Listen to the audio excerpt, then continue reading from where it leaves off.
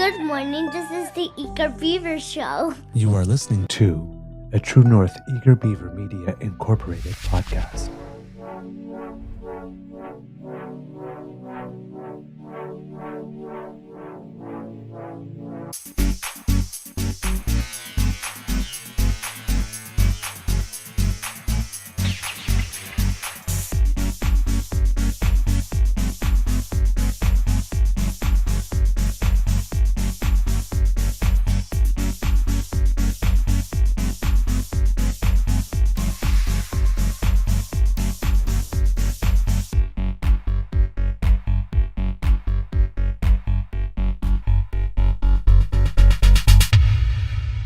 True North Eager Beaver podcasts are proudly brought to you by our founding sponsors, the Miss V Mysteries from Corvid Moon Publishing, your source for science fiction, fantasy, and cozy mysteries featuring a broad diversity of characters. PsychicTarot.ca, book your tarot reading and unlock your spiritual journey. And the Pepper Master, hot pepper sauces made from farm-fresh ingredients to thrill your taste buds and expand your mind.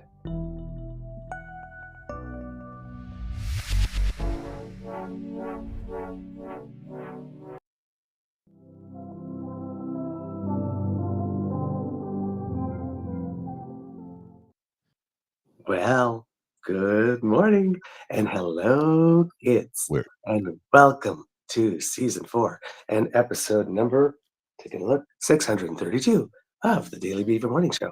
100% Canadian.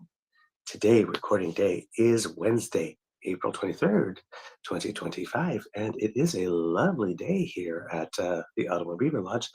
Nice blue sky, bright sun. About to come in. Right now it's just hidden by a building for me, but I can see all the sun rays coming down, so looks like it's going to be a nice day here. I'm your host, the Eager Beaver, pronouns he, him, hey, Mr. Beaver, hey. And with me, as always, is my good friend, Mr. Grizzly. A big thank you goes to our podcast founding sponsors, the Pepper Master, the Miss V Mysteries from Corbin Moon Publishing, and PsychicTarot.ca. So we've got a fun one for you today, kids and cubs. I'm very, very excited about this. But before we do anything else, Mr. Grizzly, how is your mental health doing today, sir? Well, sir, despite the overtime loss by the Ottawa Senators to the Toronto Maple Leafs last night, I'm doing pretty good. You know what? The thing, that game from start to finish was Ottawa's game. Ottawa outplayed them. Toronto obviously has better defense because they were outshot, knocked down pucks, stopped passes, blocked plays. Toronto played a good game. Ottawa outplayed them. Toronto got a lucky break on that second goal. It was a bounce off an Ottawa player into the net. It was a garbage goal, but it still counts. So yeah, that was a much closer game than the score would have you believe. And I was talking to some Toronto folks last night who were saying, yeah, they got away with that one last night. It really was. That was Ottawa's game. They outplayed them from start to finish. And I think it's just, look, Ottawa was really hoping for a split, Right. Just a homestand, home and home. So they come back to Ottawa on Thursday, and let's see what happens. Momentum is in Ottawa's end. How this series ends up, I don't know. I want to see it go 7 games. I want Ottawa to win. If they don't win, yes, I'll be disappointed, but I won't be crestfallen because after all, they haven't been in the playoffs for a few years. And there's a bunch of playoff rookies. There's 2 guys on the team that have been in the playoffs before. 2. Right. So yeah. Sanderson and Giroux. And that's it. Nobody else has been in the playoffs before. So they're learning quickly and adapting quickly. They played a great game last night. They deserved to win. They didn't. That's how it goes, Oh, yeah. That's hockey. But it's like I'm sitting there and I'm going, oh my God, 2 nights in a row. Because like Montreal the night before was like they were down. And then they caught up. And then you get to overtime. And it's like, no. Yeah. So you do all that work to catch up. It's like, and you got the momentum, and then it's like, no. It's like the same script 2 nights in a row. It's like, damn. It's frustrating, but what can you do? I know. That's how it goes. But hey, they're fun and competitive matches. They're great. It's been great hockey. You're in it, right? And that's what counts. And the Mhm. result will be what the result will be, but you're in it. So the teams are not letting us down. It's just like, yeah. You don't want it to it didn't go the way you wanted it to. There's nothing you can do about that. You just Yeah. roll with the punches and, hey, look, here's how I see it. I don't play for the team. They don't pay me to watch the games. So if they lose, bummer. Yes. It's not gonna ruin my Yes, life. exactly. Tomorrow Yes. Yes. A regular reminder to not get so personally invested. All right. I don't play for Uh, the team. Yeah. yeah. So, kids and cubs, um, I'm very excited about today. As you will see here, of course, the boss, Alistair McBear, doing the performance Mhm. evaluation. Um, I didn't know you were in town until this morning. I have a Yeah. doctor's appointment later on today, and then I have to go back. So it was just a quick in and out. Yes. Yeah. I was Quick in and Yeah, out, I eh? was trying to do it when I was here last week at this. Yeah, I know. I know. I walked right into that one. I was thinking Clockwork Orange, the old in and out, eh? Yeah. Clockwork Orange, you know? So no, yeah, I was trying to do it last time when I came to vote and do them all together, but it turns out I couldn't get an appointment to coincide, so I had to come.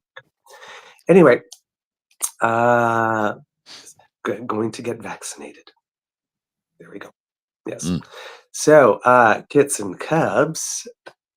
Well, yesterday, for those of you who were patient enough, and we had to, I had to abandon it because, as you know, Restream was trying to update while we were doing the show live. Has been finicky. Yes, so we couldn't finish. Yes, what we tried to do yesterday, and I'm not exactly sure what we're going to do with that one because it's I haven't not figured it out really yet. podcastable. But Yeah. so we'll I try to haven't even touch. downloaded it Right, yeah. So yet. we'll try to touch on some of those Because I things. looked at it at the end and I went, Yeah. We'll try to touch on some of those things or maybe try take 2 later on. But for those of you who were able to get through that with us yesterday and have a little bit of an idea of the NDP platform, you're gonna like the show today because, today we have, as a guest, the person we've been talking to you about since Monday. Uh, I saw him on Twitter, I think the thread was, yes, on Twitter, yes. and, he was, writing a thread about, the Liberal platform when it came out and was very thorough. And then I asked, okay, this I'm looking at it and it seems like fair and doesn't seem too partisan on one side or that type of thing. And I asked, did you happen to have something about the NDP? And of course, he did. And again, fair. And I thought, well, hey, and I was going to read it in, and I thought, well, why not just ask him to come on? So while we were doing the show on Monday, I was asking him if he would like to come on, and he said yes. So we negotiated for today, and we were hoping that the conservative platform would be out. And I must admit that cynical me was not confident that there would be one out by this time. And he said very graciously that he would be willing to come back if it wasn't out before. But the political gods shined down on us. And well, Pierre Poilievre did decide that he was going to follow through with trying to put out a costed platform. And well, we have been telling you for a couple of weeks now that we can't wait to see it because it's probably going to be a disaster. Um, especially Yeah. since the moment he decided that he was no longer cutting, well, at least he said out loud, no longer cutting dental care and pharma care. And then when he decided all of a sudden that he was going to support the industries and workers affected by Yeah. the tariffs because he was using the counter tariff money to give the tax cut, remember? So he couldn't use that money a second time.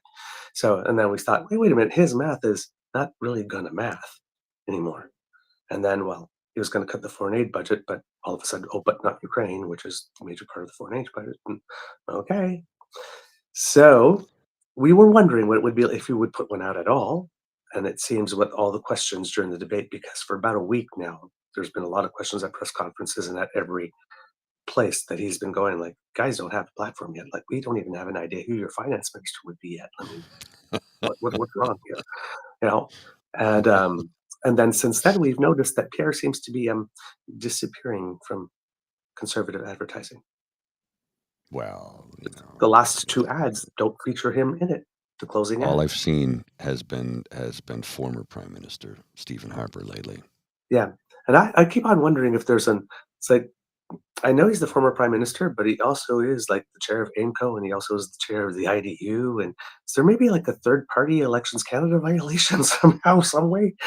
Well, that's entirely plausible. But the other thing is, you know, uh,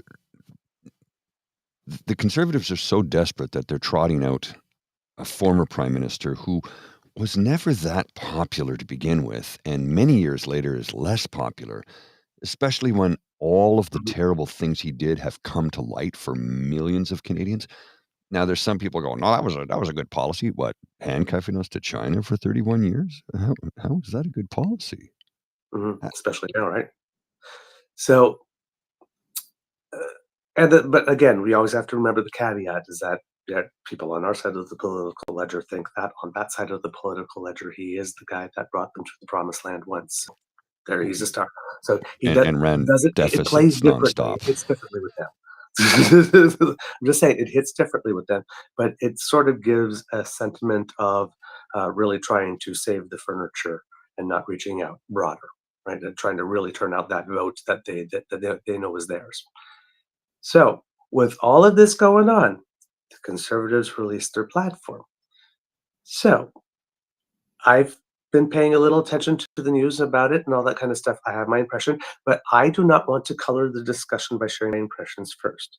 So, kids and cubs, because I would like to hear what our guest says. So, kids and cubs, if you please, put your paws up and give a big round of applause for believe policy consultant is what he told us, for McMillan Vantage, who did study at the Monk School and at McMaster. So he comes very credentialed, and we like experts here. Yes, we Please do. put your paws up. Josh Marando, welcome to the Beaver Lodge. Hello, everybody. Well, How are y'all doing today? Very excited to be here. Yay! We're really happy to have you. We're happy to have you, sir. We're excited to have you. We, as Mr. Beaver just said, we love experts. We love experts. We love expertise. Somebody who is an expert actually in my field. I'm not going to tell anybody how to adjust policy or budgets because that's not my area of expertise. I'm an audiovisual production sweet guy. You, sir, are a gentleman who can inform us and myself of how things are supposed to be. So Thank please, you, the thank floor you, is thank yours, you. sir. I'm very excited about this election because I feel like policy has taken um, a much more center stage role compared to the Ontario one, uh, and it's good because in my job I spend most of my time uh, translating what the government says in policy and legislation into what that actually means in real life, and then seeing what they need in real life and translating that into policy. Uh, so that's my favorite thing to do is listening to people who have the real on the ground experience and seeing how that sort of manifests. And then from there, I like to judge and see what I think is best and fits best with what our goals um, are, and see what the goals that the parties are stating they're trying to achieve, if they're actually achieved by the platform. Because I think we saw that yesterday, Mhm. especially with the Conservative platform. That's not always the case. Uh, so I'm excited to talk about it. Before I'm going to Yeah. start saying anything, or although I find it hard to contain my smile, I will still wait for more details like this because I've I've only seen what's in the press, and I've been looking around stuff like that, and commentators that I trust or whatnot. But again, like Mr. Grizzly, this is not particularly my domain. I may have missed something, so there may be something, some 4D chess or something, some big complex strategy that I'm not able to foresee up front. So I'm not willing to prejudge. But as you know, kids and cubs, I had a feeling. um, Now, before we do that, however, I just wanted to ask you a little question because when we do that for all our guests, how is your mental health doing today after, especially reading that? It was yesterday. It was not the best. I saw some of the things in the conservative platform, and I was actually a little bit sad. There was some of the points in there that I think they just had to goat the liberals and have some sort of war separate from the economic sort of discussion. Hmm. But then I saw a lot of the very poignant critiques of the platform. I saw a lot of the discussion that was going around it, and that made it feel better. And this morning, got a nice walk with my dog outside. It's nice and sunny, so feeling good today. My mental health is great so far. Okay. We'll see how So, the campaign goes and how it affects it. Nice. so if I understand this, you were reading it yesterday and you had an impression, and then you thought that maybe you might be in the minority, and then you sort of looked around and you thought, oh, wait a minute, I'm not so bad. Yeah. Well, because I feel like Okay. anytime there's a one conservative platform, people tend to be a little bit uh, less expecting of platform details, and especially when they're an opposition party, they expect less details, a little bit more of those big promises. I feel like they're a little bit nicer towards the numbers. We saw two experts that they set up top had reviewed it and thought it made somewhat sense. It was pretty light language in there too. It was not like they were co-signing it and said that they did it. They said in some world this makes sense. Mhm. So I was there and I was like, this doesn't really check out to me.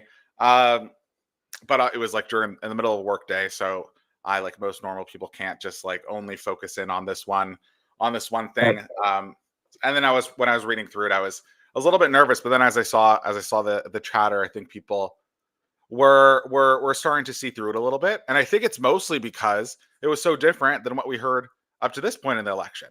We heard all these big promises. We expected something that was going to be at least somewhat similar to the liberals. And instead we got this little pamphlet that has 17 pictures of the leader, a nice little spread, and then a few little high level talking points here and there, that really make it seem more like a student council platform than a prime ministerial council, than a prime minister platform. Like, that's really what I thought. I said, like, this reminds me of student council platforms where you have all the pictures of you. Uh, it was not. It was a big miss. It was a big miss for a party that I think had a lot to gain from a strong platform. And I always love good policy. Well, I would have all loved style, to say no it was great, substance. but it was not. It was not my favorite. Yeah, it's all style, no Wow. substance, like zero substance. Just like that. You know, Yeah. it's been sloganeering. Like no foreplay. It's been just sloganeering. Yeah. Oh, okay. I wasn't expecting you to drop it like that. Well, it's one of those things where, like, what's in it? Like really, what's in it? And I think that they had a lot of good ideas up front. They're not like, clearly they're smart people. And I just don't know I think that they probably looked at that and said that this isn't the best, but they had some sort of strategy behind why they did it. I think because they wanted to do a front runner campaign that didn't have a whole lot of policy. But it's just so high level and so uninspired, I'll say. Mm. And especially Okay. compared to even the NDP and the Green platforms. It was really, I was really surprised. I was really surprised by that by the conservative platform yesterday. Okay. So before we go into it, just top line, you've read all four. Like this top line, if somebody wanted like the quick, like sort of like 4 or 5 minute. Yeah. Who's BSing us the least? Honestly, I would say the NDP, and that they are presenting exactly what they are. They're not saying that they want to have they don't have any sight line into when they got rid of the deficit. They say we want to do this upfront spending in programs, in operating spending. We don't have as much of a capital plan. Sometimes they do a little bit when talking about the previous track record. They do a little bit of they're a little bit hyperbolic at times. But in terms of what their plan would be and what they're going to advocate for, they're very straightforward. And they're very clear with their priorities, and everything that they say is in line with what their stated priorities are. Part of that, I think, comes from the fact that Mark Carney is a economist, not a politician. I think that he is less boisterous and out there than Jagmeet is. Yep. So it's always easier to present yourself in a way that is more calm savvy when that's what's in your mind. But I really do think that the NDP platform is the most, if you're just looking at the clips, if you're just seeing what you can see online and not one of those like sort of hyper involved individuals, I would say Mhm. the NDP is the most consistent with what you would expect. Okay. And that's an important point to make, sir, because the reason we have a show, the reason we do this is to try and get as many Canadians informed as possible, because all people get these days are sound bites and short clips and social media shares. Mhm. So we decided we're going to try and inform Canadians as much as we can and as many as we can with in-depth analysis. Now, sometimes we miss it. That happens. We're human, but we do our best to try and communicate to the populace what is actually happening, what is going on. And this is just another instance of quite literally the Conservative Party, who back in December of 2023, Melissa Lantsman will release the policy once the writ has been drawn. Well, they were drawn a little while ago, and all they did was let's just carbon copy Mark Carney's stuff and send it into ChatGPT, and let's see how they can adjust it to make it look like we did it. And that's all I get. And again, it's slogans. Mhm. There's nothing to it. There's Yeah. nothing to it. Okay. And So- how can we cut these things and say that, well, if we cut these things, we're going to make X amount of millions and billions of dollars, which makes no sense. I don't see how you make None. money from cutting most of these environmental measures, Yeah. because in the end, businesses are probably going to pocket that profit, and they're not investing in all of this new technology, a lot of this Canadian-made technology on how to sequester carbon and how to innovate their manufacturing, how to invest in our economy in order to build a new clean economy.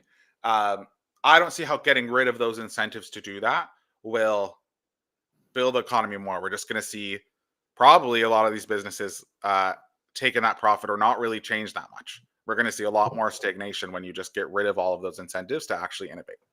Yeah, I don't see how it generates more revenue for the treasury either. No. That's Absolutely not. Absolutely Yeah. not. so. But So the I pardon? was going to ask, sir. I just wanted to. What are your thoughts, sir? If we were to introduce a marginal tax rate like they had in the 1950s in the U.S., when companies that earned over X number of dollars were taxed at 90%, and what they did was they turned around and put that money back into R&D, into their employees, into employee programs, into savings programs, into help people get ahead. Because quite frankly, the way that the economy is structured now, it's the trickle down effect, which has never benefited anybody but the top 1%. Mhm. And it will never benefit anybody but them. So do you think that having a marginal tax rate of 90% for X number of dollars over, it's just, you only hit that 90 percentile when you earn over, say, let's say $100 million as a company, at arbitrary figure.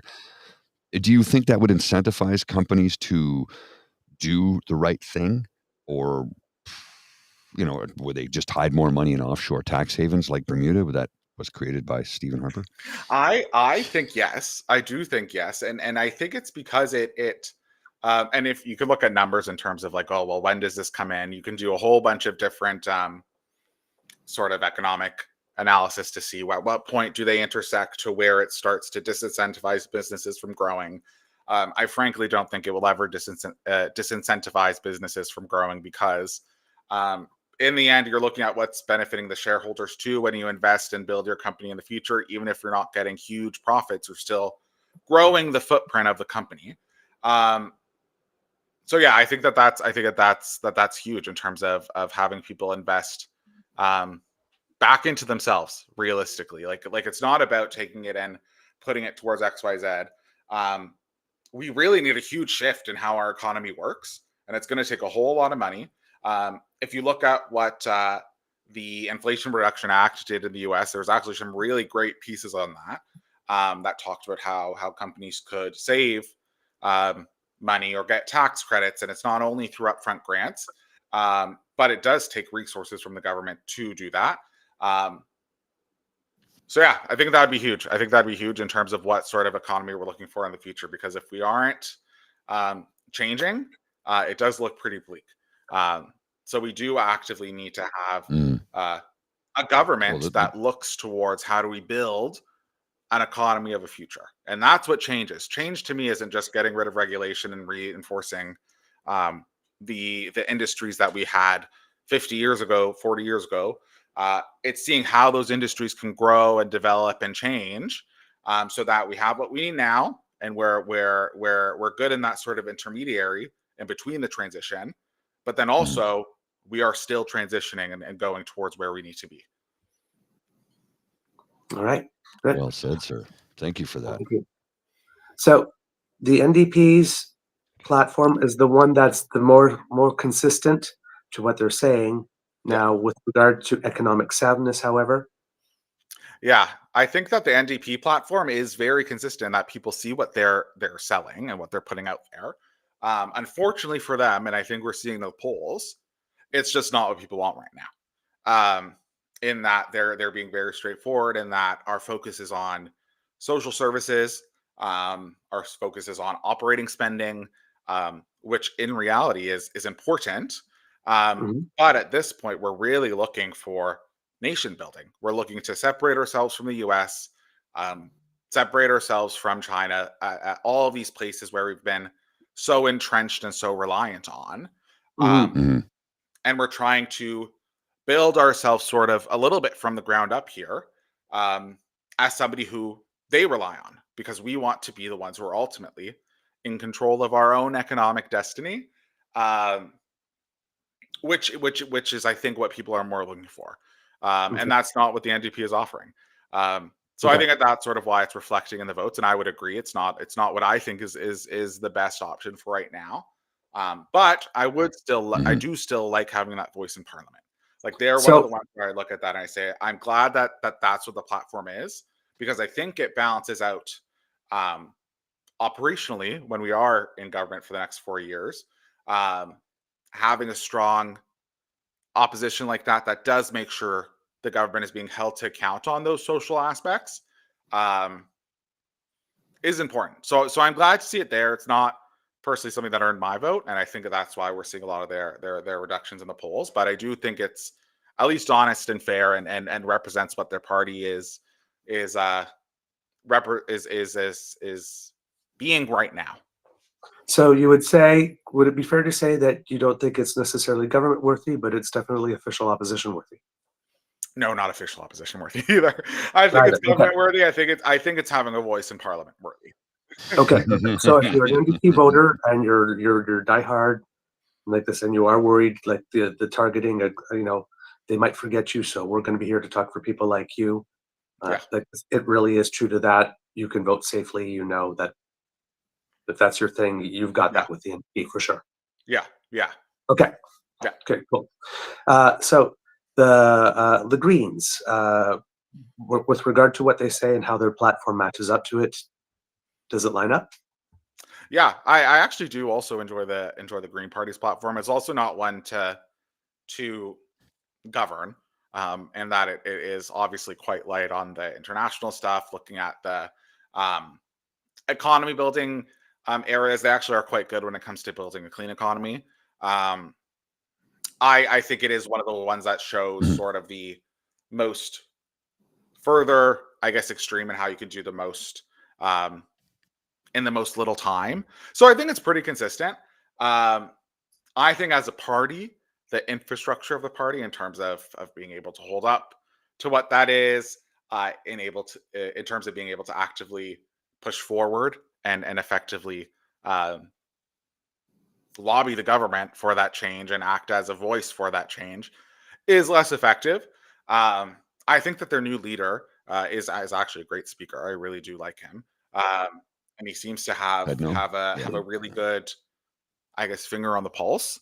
But I think the NDP suffers more from just a party infrastructure problem and a need to really rebuild and find their seriousness, because even when you look at what they're saying publicly, most of what their platform I hadn't seen before. Like their platform had some really cool bits in terms of like looking at relying heavily on wealth taxes and corporate tax hikes, like the NDP does. Mhm.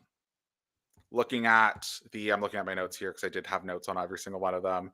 They had a pretty big vision for economic transformation focused on localism and sustainability, and a really progressive tax policy. But you're not really seeing them as being credible on those things, because that's not what they're focusing on. And that's not how they're sort of selling themselves. And I would probably tend to agree in that you can write something in a platform, but in terms of are you able to carry that out?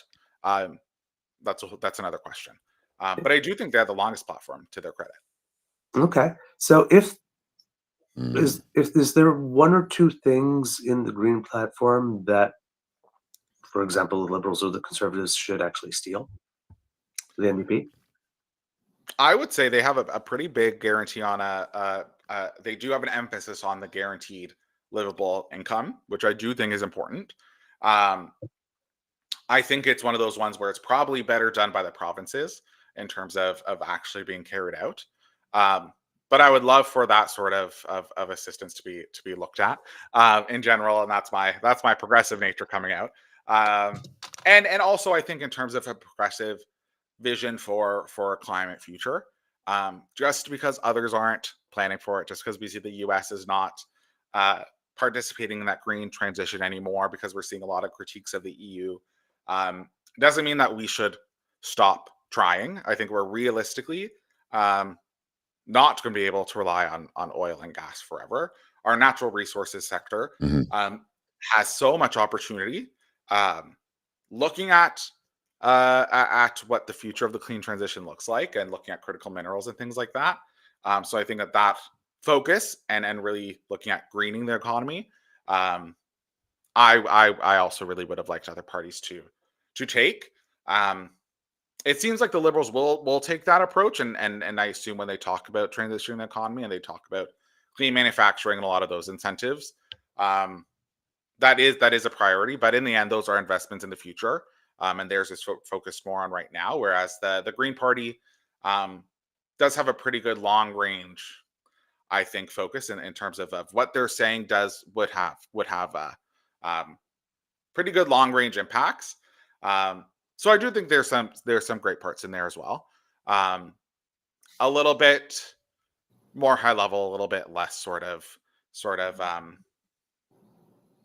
understanding, I guess, the intricacies of government and how these all interact. And I'm sure if Mark Carney were to read their platform, he would have a whole bunch of like, well, actuallys, in terms of how they would happen in practice. Um, but I would say that's where parties can really learn from the Green Party is that just because for I think justifiable reasons, public has sort of turned away from valuing that in Mm. politicians. Mhm. Uh, in practice, I would love for them to look at some of the methods that the Green Party proposes for growing our economy, um, and see what would work there. Okay. That's interesting. That's Mhm. it, Would because go ahead, sir. I was going to say, would Mark Carney say, "Well, actually," or "if I may"? He probably would. Well, he probably would say, "Well, three things. I'll break this up into three talking points, and then I'll get your question." Like he did the debate. Uh, and I would love to hear all of it, and I would be learning and be interested for all of it. Excellent. All right. So let's move on to the Liberals. They released theirs on the 19th. A lot of people in the political analyst community said it was a mistake to do that and to release it at all at this point, because they set themselves up as a target. Little did they know that the conservative platform would be what it was at the time when they said that. Uh, and they said that releasing it on the 19th was clever because it was on a long weekend holiday. So it gave people not a lot of chance to kind of look at it. But at least if you wanted to, you could see something if you hadn't voted yet while there was still some early voting. Um, After reading it, did it look like they had something to hide, or did they just look like they were, you know, the new guy is here, and we're doing it as fast as we can. This is as fast as we got it out. I well, I don't think it was this is how fast as we got it out. I'm sure there was a lot of um strategy in that. I think most of the strategy that we were um in terms of what the liberals were waiting for was just for the debates to be over. Okay. Which to me does make sense. I could see having one of them with a huge platform before the debate. That probably would muddy it up and just open them up to a lot of criticism. hmm So I get why they did that, and I do think that was a smart choice. Um, my issue with a lot of the what the commentators around the platform was that they were all critiquing uh, the strategy of it, and that it was like, oh, such a large platform. They didn't have big sort of statements for the media to click onto, so they just looked at what would get the most clicks, which is looking at 140 billion in new spending, all these things. It wasn't communicated strategically, which fair. I understand why they would say like, oh, you want a more mini platform that touches on the most important parts. Right. But I don't think that would be true to what Carney is selling and what this liberal government is selling. I would much rather have a more substantive platform before a long weekend that you can really dig into. And with any document that long, there's going to be things that you can critique. Looking at the liberal platform, I have things that I would critique. I would have loved to see more on the child care plan. I would have loved to see more on the hmm pharmacare stuff. I would have loved to see more in crime and justice. Um, I think the intricacies of their crime laws have some room for growth, especially. Good. Um, but overall, I think it was the most strong policy minded platform. It was one most in line with what I think Canadians really want, um, and really need. And I think most people across the country recognize that. Because even when I was looking at on Twitter, I was getting a lot of people, obviously, who dislike the liberals commenting on it, and most of them are commenting based off of trust. In that, hmm why would I trust the liberals to do X, Y, Z? Uh, Why would I trust them for this one project, one review rule when they haven't done that in the past? Um, for me, I think that's why I liked this platform, because it shows they're less concerned about the political theater of it all. Um, hmm because in the end, that to me is what hinders the most progress. Right. Um, and they're more concerned with what will actually benefit um, the country, in that they're not going to tie things up in review because they're scared of what the political ramifications might be. Um, and they're not going to start like sort of unnecessary uh, antagonistic relationships with provincial governments, just sort of reinforce their own Right. political perspective, or at least I Right. would hope so. And that's what's indicated here. I think because you have Mark Carney at the helm, who is not a politician hmm and is here because he is the best one to fill the role. For right now, if he doesn't, if after 4 years he doesn't feel like he's the best one to fill the role, he feels he I don't think he would stay. I think he's in it because he sees him as the best one for the job, not because he wants the attention of it. And that's certainly Agreed. not something I can say about Polyev. And honestly, I don't even think that's something I would have said about Trudeau. I think Trudeau was very good at the public part of it. I think that's where he thrived. Right. Um, whereas Carney is kind of the anti-Trudeau, in that hmm he's really fitting for the moment, um, and less so of that sort of retail politician. Because even Trudeau really outperformed a lot of, and I think would have, even if he was still the leader, tends to really do well during elections. He's very Right. very good at elections. Right. Um, hmm and then I think after the election is where people see a lot of those critiques coming in. And I'd much rather somebody who focuses more on getting the full plan out there, being really trying to make sure people understand what they're saying, um, and then somebody's going to do a mini platform. I would have been really disappointed if the liberals did a mini platform personally, even though I know that's what a lot of the pundits were saying that they strategically should have done. Mhm. Okay. So compared It's not something I would Yeah. expect from Mark Carney, It wouldn't have been him. just It would who that he that is, to right? me would have Exactly. been Yeah. the strategists running the campaign.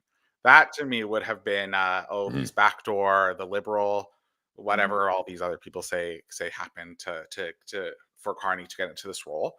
That would have been what that was. This to me was actually somebody Mhm. who believed in the plan he was doing. I don't think it was just Trudeau's plan. That is so silly to me because so much of this is based off of what has happened within the past few months. Mhm. I think that Mhm. I think that that's incredibly silly to say. I'm sure that there was parts of it outside of probably the economic vision, the foreign vision, things like that, um, where he relied on and where the team relied heavily on research and resources that were done prior. But to say that this is just the platform that would have come out if even if Trudeau was leader, no matter who was leader, is to me just absolutely false. It is like No. so shaped by the vision that was put forward specifically by Carney's liberals. Okay. So again, so basically from what they've said and what's there seems to be rather true. Yeah, yeah. Okay. I would Now, say it seems to be rather my one caveat okay. is that what they say is that it is very detailed in that on the election sphere, you can only say so much. And I think we saw this a lot about Carney in the debate where he's like, this, and this, and I won't go into more detail onto all the specifics of it. But because it's very specific, it is challenging to convey in speaking notes or key messages. Right. So I would say that's the one. I would say that platform and I would say it's important to read all platforms, but in terms of understanding past what is just sort of out there publicly, I would say that one is probably the most important to read. Um, I also think it probably would be important to read the Green parties in terms of what's most different from what's out there, but that's just because nothing's out there on it. Um, Mhm. but that's just because of the level of detail that's in it. So you would get a lot more. There's a lot more to the story than probably what you could see in just those few clips.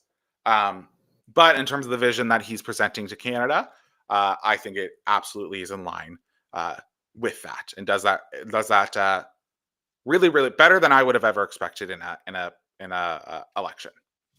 Okay. So when you're saying about the details, like, are you saying that we're not only getting an idea of the what, but a bit more of the how, a bit more of the tactical, not just the Yes. strategic? Yeah. Absolutely. So he's like looking at all my notes. He's talking about like the specific types of nation building products of projects that he'll go for. He's looking at the trade diversification corridors. Like these are all things. The East West corridor. Looking at by Canadian procurement strategies. Like a lot of these, um, and talking about where he wants to look at that. So for clean tech, for vehicles, he's looking at the specific production that he'll want to amp up.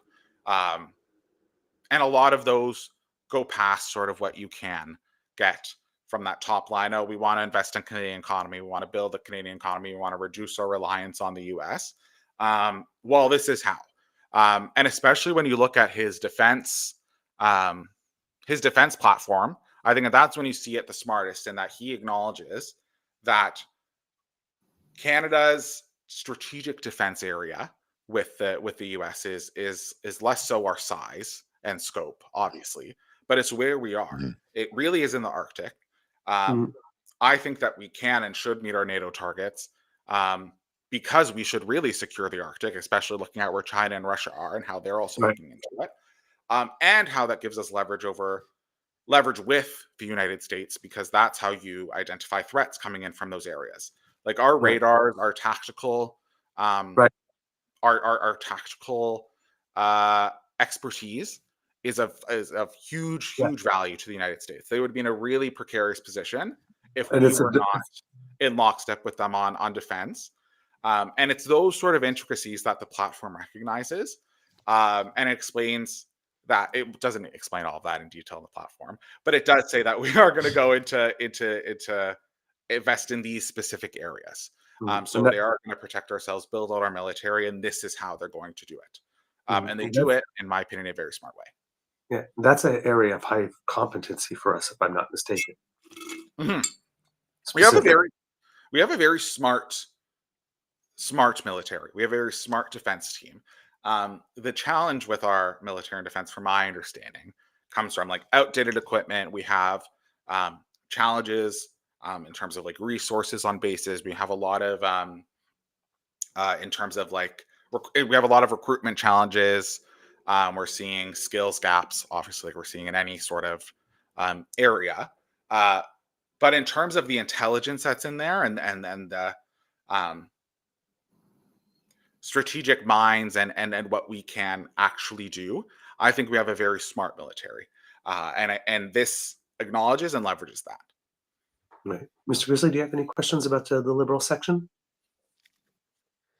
Not at this time, no. I just take in everything Josh is telling us, and again, it's wonderful to have an expert in the field come in and talk to us about these things. You I know, actually read it. yes, yes. Um, uh, what do I have to say about this? Well, I agree with what you're saying when it comes to NATO spending. Number one, number two, I know Mark Carney does as well, and number three, I just watched a congressional hearing the other day where they had generals in the United States of America who came forward and stated how important we are and how important our military is in guarding North America, especially the North, and how strategic Canada is and how much of an important partner we are. While their president's saying, well, we subsidize. No, you don't subsidize us. You never have. Mhm. Everything we do out of our own pocket. We always have. And the thing we always have done very well with our underfunded military is punch way above our weight class. That Absolutely. has always been the case and will always be the case. Carney has talked about how he is going to invest a lot more money into the military right across all Army, Navy, and Air Force. And Coast Guard. Building Yeah. and Coast Guard, that's The correct Coast too. Guard Yes, yes, which is not Yeah. military, but still he wants to invest in all of those things. It's how to run a budget. So I'm pretty excited and pleased. And with the 7.5 million Canadians that have voted early, I have a great deal of confidence going into this election, knowing that an adult in the room will be in charge. Mhm. Absolutely. And I think that that's a huge point in terms of looking at how we work with the US, is being able to know and leverage the fact that absolutely, let's not pretend that the US does not protect us. The US absolutely protects us Absolutely. and has for a very, very long time, for as long as our friendship has lasted. But we also protect them. And I would say to a higher degree because of how much more uh, in focus they are, and that we really are integral to their safety too. Uh, and that's something that it's important that we leverage in these future trade talks that are going to happen after the election. Both the prime minister and the president have said, as soon as the election's done, we're going to go in and see what a new relationship looks like. And we need to be able to leverage those things, including our defense, and not sit down and say, well, we haven't invested in our defense because we haven't invested in our defense enough. But that doesn't mean that our defense is weak by any sense of the word. Mm-hmm, mm-hmm. Right. Now, a lot of people are looking at the top line number. We were focusing a little bit yesterday of showing the difference between the capital and the operational spending. And we were talking about a gentleman named Thomas Watson, who was, trying to bring it into regular terms, describing it as if, spend $100 on food, that's okay. If you have to borrow $100 to buy food, that's debt. If Mhm. you borrow $100 to then build yourself a little garden that's going to produce more than $100 worth of food for you, that's an investment. So Mhm. it's trying to bring it down to that level here.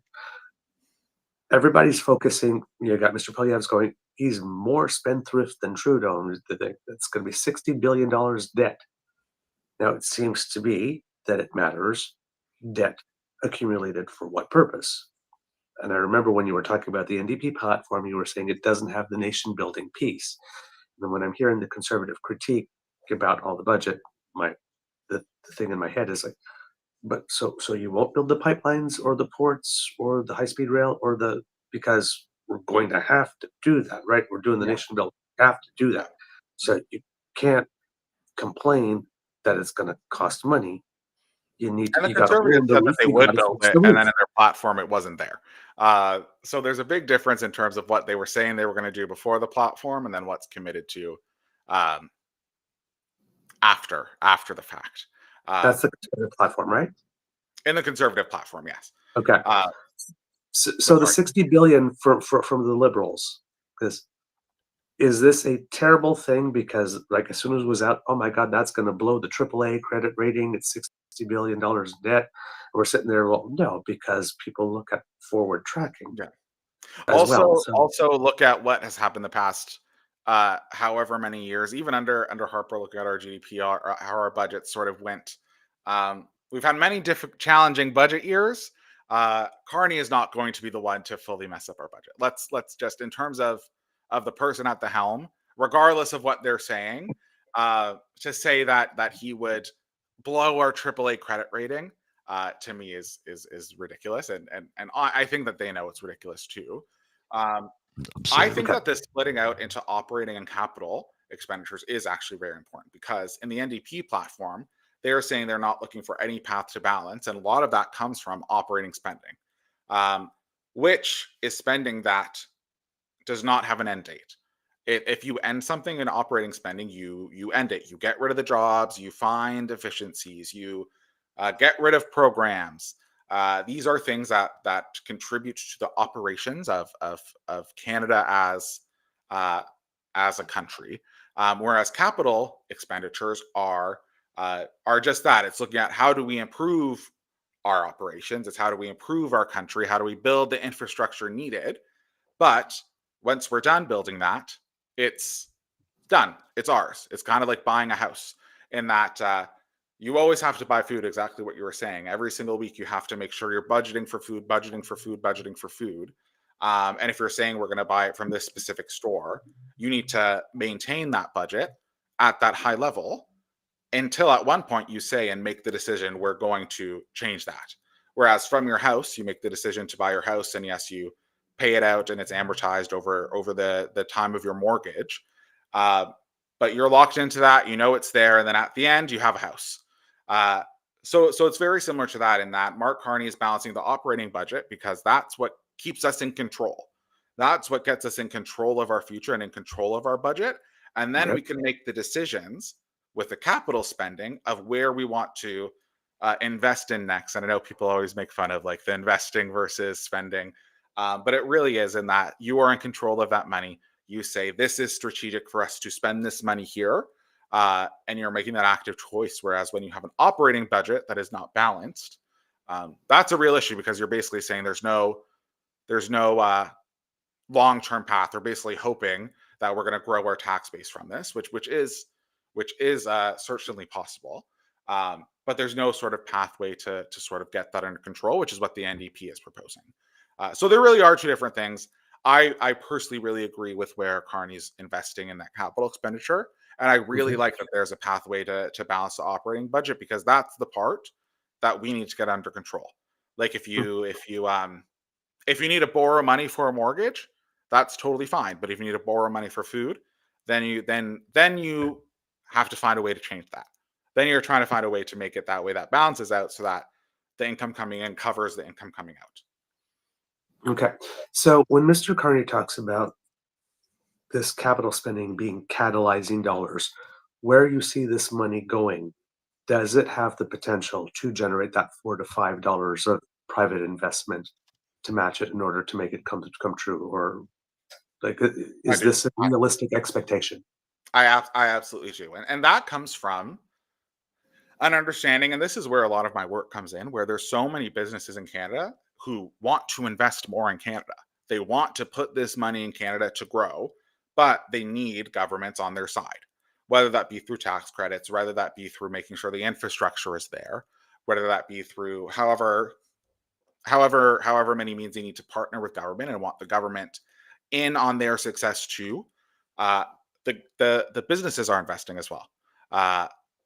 And I think it's very readily available on things like critical minerals. It's very readily available which is what he's really focused on building out. It's very readily available in terms of reducing those interprovincial trade barriers. It's very readily available in terms of Yes. EVs, and especially looking at, I love that he had sort of battery recycling in there as well. And looking at the full range of the critical mineral cycle, because that was something that was even missing in the Trudeau administration. Is I really did feel like there was a big miss in terms of that recycling element, which the U.S. had in their Inflation Reduction Act.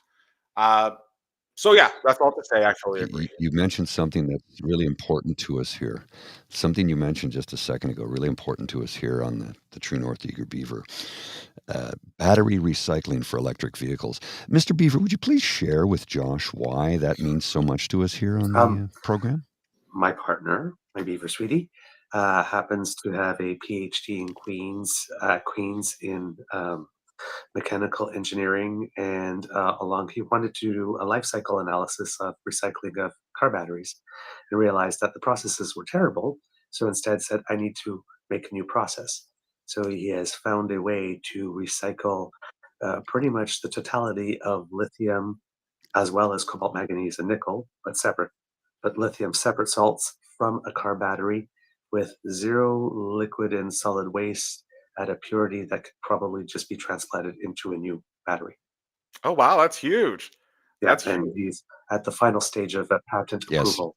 Which in the then United gives us States. domestic lithium and reduces our reliance on other countries, because I know there's a lot of reliance on China for lithium. Mhm. All of our batteries are made of lithium. If we want to talk about making sure we have our resources for the right now and in the transition, yes, looking at long duration storage. There's a whole bunch of other ways you can do that, but right now our world runs on lithium batteries, and we don't have as strong of a domestic source of that. So let's build our own urban mining in terms of recycling what we've already imported. Yes. So I think it's So great. rather than mining mines, mining the actually lithium that we already Yeah. all have in our batteries. Urban mining. Yeah. I think that's what it was called in the Inflation Reduction Act. I may be wrong on that. But they had a word for how that was actually mining. And I fully agree. I'd much rather have them here than sent off to somewhere else, which is where a lot of batteries end up going to die, to just like decompose. We could there may even be an industry in accepting batteries from other nations. And don't worry, yeah, we'll dispose of them for you because And recycle. we'd love to have that lithium. Mhm. Yeah. Okay. Interesting. So the nation building part, that $60 billion seems to be going to places, and it seems that it's true that they will catalyze those dollars. So Mr. Carney's not, pretending that this is some imaginary magic. There's actually some sound economic principle behind this. Yeah, and I think that that's because, and the reason why I would not call Carney's imaginary numbers, and I would call Poilievre's imaginary numbers, is because a lot of Poilievre's revenue being generated is from cutting taxes. So once you, that's just that to me is hoping that everything else sort of aligns, to make it so that the people that you're cutting the taxes from create that benefit. You're sort of putting the power into somebody else's hand and saying, we're going to get rid of this revenue source that allows us to strategically put where we are, and we're going to deregulate it, and that's how it's going to go. Whereas Carney is focusing more on being in control of where we're going and in control of where we're investing and how we're growing. And that's how you do investing smartly. That's how you invest in where you need to invest. Because the chances are, when you deregulate a lot of these businesses, they're not going to invest in lithium recycling, probably, because they're going to invest in the things that grow their own specific business, so that we have a growing of the industries that we already have, while leaving a lot on the table of where we need to go in the future. Because regardless of whether or not the US is investing also in batteries and long duration storage, the EU absolutely is. A lot of our other trading partners are. The United States is a huge partner, and they are huge in the global economy, but they are not the global economy. There is a number of other trading partners we can go to, and we should go to, and we don't want to put ourselves off on the back end with them, which is what happens when you're sort of only giving the opportunity to where we already are, not looking at where does that growth actually need to happen so that it grows, so that our economy grows as much as it can, not just as much as it will based off of what is already in there Mhm. right now. All right. So, Well, one of the things that I think we should no, focus on please too, I'll just go take ahead. 2 seconds there, as we diversify our trade from the United States more to the European Union, which let's just look at the simple numbers. The United States is about 320 million, 330 million people, roughly. Europe is 740 million. There's just a lot more bank accounts and a lot more places. And let's remember how many people in Europe have a much higher quality of life and a much larger, dare I say, liquid assets in comparison to, sure, the United States is the richest country on earth, but it's owned by like 8 people. Exactly. Who has the money? It's the richest country on earth, but if you look at per at the average person, if you pick an average person out of a crowd, I don't know if you're going to want that life Yeah, compared to where you are right now. exactly. Exactly, right. 320 million in the United States, 740 million in Europe. Where do you want to trade with? And let's remember, we share a land border with a European nation, Han Oh, Island. where's that? Where's that? Oh, that's the island that we disputed with Oh, Denmark for yes. decades, Yes, yes, yes, and they yes, yes. split it right down the middle between Greenland and the sorry, Nunavut, and as a result, European nation, which means we should probably join the EU. We can. I think so. I think any sort of Canada EU agreement would be positive. I think even if it's not through the EU formally, having well, it would be an agreement with them in terms of how we Mhm. would um, Mhm. make our trade better, just like we have the Canada, US, Mexico agreement. And Yeah. who is the best person to negotiate that agreement is probably the one who handled other countries' exit from the EU and saw exactly how that affected their economy, exactly the things that you need to look out for and what needs to be in there. And Uh, told them it was a bad idea. absolutely, absolutely. Um, so I 100% agree. And when you look at the EU regulations and all that sort of stuff, also thinking about where Polyev is, uh, and he even acknowledges that we're going to utilize the Paris Accord. He mentions that and have clean growth, and he does have points on that in his platform to his credit. Mhm, Um, mhm. but it doesn't indicate any way that we're actually going to get there. And how are you going to gut the industry in terms of if you don't have the revenue for the incentives for the industry, if Right. you're disincentivizing from a tax perspective all of the companies from innovating on their own accord, uh, how are you going to make it that way we're actually an attractive trading partner to this country that has a much higher regulatory burden than us and a Right. much higher regulatory standard? Um, it's just going to create this sort of dichotomy where Canadian companies can't uh, trade in the EU because naturally we're not up to their standards, which is Right. nothing that you would ever want. And you Mhm. see that a lot with sort of like medicines and stuff, where certain things are allowed in the and in food, where certain Yeah. foods are allowed in the states Mhm. because it's more and not here. And not Um, here. I and just we saw will an not make article the other day about Fruit Loops for that. that. Oh, really? The color of the dyes in the Fruit Loops. They were showing side by side American Fruit Loops, Canadian Fruit Loops, and one Mhm, looks mhm. like they were been like painted by Disney, and the other ones are look like, oh, okay. And it's the dyes and the colors that are allowed here versus there. Mhm. So And the our argument Fruit for Loops that, are evidently more And exportable. remember, yes, and also remember, the reason it's spelled Yes. FROOT, there's no actual fruit in it. And Okay. Pierre would say that that creates more innovation because, well, the Fruit Loop company is not going to come to Canada, which one, that is the exact example of people will adapt to our Right. regulations, but they fit our needs. Mhm. And those that don't, because there certainly are companies, I know companies that don't operate in Canada because of our regulations. Um, it's a We lot don't want smaller. them. It's a lot You smaller. either adapt or And often yeah. they do want to adapt and they do want to go there. But if it's something where it's the nature of the product is fundamentally against where our regulations are, it would take, if it's a positive product for Canada, you can go through the process and you can get it approved. There are 100% methods that go. It does not take as long as people say. It certainly does take a long time, but it's not decades. It Right. would take a year to get this thing approved in Canada if it really was positive. If there was no reason for that, if there was no reason for that regulation,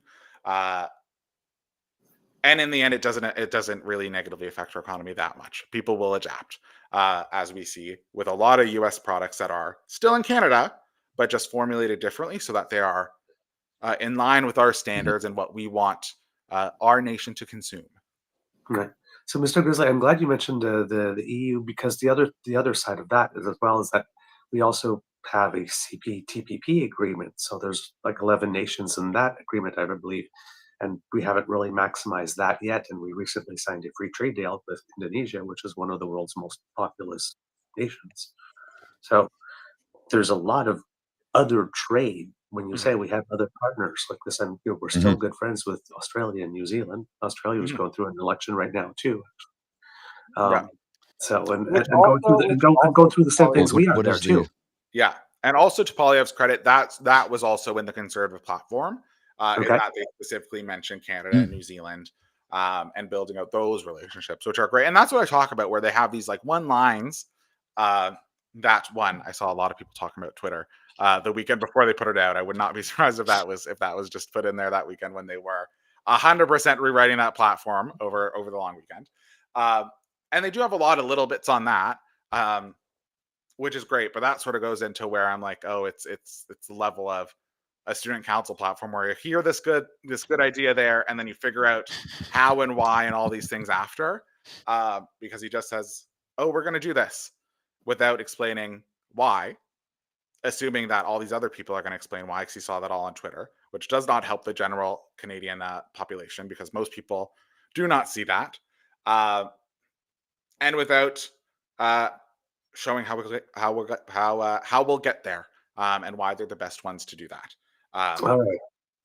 Yeah. So moving to the student council president, the man who never left the university debating club, as we keep on referring to him. There's so much more truth to that When you than see most the people realize. platform, I mean, come on. Now, over the past couple of weeks, we have been saying that it is, couldn't wait to see the platform, because we were wondering what the costing would be, because there was a lot of flip-flops on sources of revenue that he seemed to be telegraphing he was going to get this money from, that all of a sudden he was not going to do anymore, because in the early part of the race he panicked a little bit as the Conservatives were sort of moving into the 200, 205 seat territory, according to the projections. And then we were wondering if there would be a platform at all. And then it seems that the Liberals said that they were going to do one. So it seems, and last week there was a lot of talk in the media, again, pressuring people about, like, why do we not have a platform? The debate moderator in French, particularly, tore a strip off of them during the debate for not having it. So Mark Carney says he's going to have one. So therefore, that kind of forces the Conservative hand. So but all they could tell us 2 days before it came out is that it was coming soon, which was what gave me the hint that, oh, they are cobbling this together at the last minute because they did not have one, which I found very interesting from the man who talked about other people needing a stronger work ethic. But I will let that one slide. And you see the date. You see the date right in the file name too.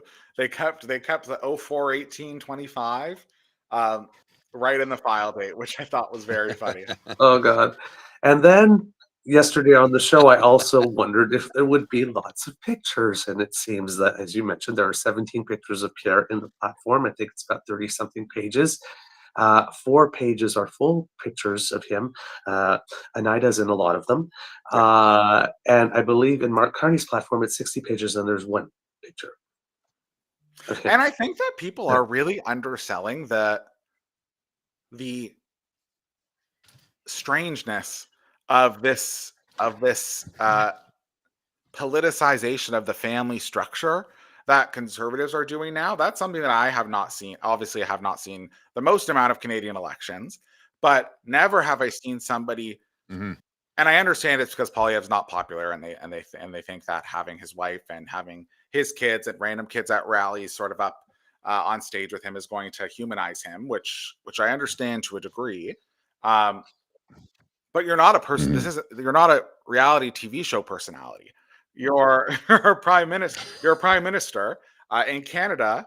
The first partner or the first lady or first whoever does not have the official role or conventional role that there is in the United States. I think it would be great if they were a part of it. That'd be excellent if it was a formalized a role that Canadians knew about. But you're not a celebrity. You are running to be the prime minister. So I don't understand why there is this magazine spread as if it's something that people can pick up from the newsstand. That is primarily about the photos. Part of me wants to say pretty and smart platform edition, but Yeah. that would be bitchy. Oh God, I'm so sorry. I cannot. All Oh, you style, didn't say no it, but you didn't say substance. it. I cannot help myself. Yes, I didn't say it. I said I would want to say it, but I Yes, did not say absolutely, it. Yes, absolutely. that is true. Redeeming qualities. Okay. Oh God, I'm terrible. Okay, so we have this platform that comes out. Okay, general question, and then we'll ask the other one is the Conservatives of all the parties have a self-professed reputation for being the party you go to if it's all things money and economics, right? The NDP platforms is always going to bankrupt us, curve your spine. The Liberal platform is always going to spend us into uncontrollable deficits. It's just going to ruin your grandchildren's future. We're the only ones, right? Even though they've not left us with a structural surplus, left government leaving us in a structural surplus for over 100 years, right?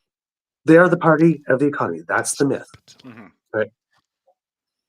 Myth. But it's an enduring one because people still vote on that. It's the go-to trope whenever an election starts, and it seems to endure. It's the Does party this of economic responsibility.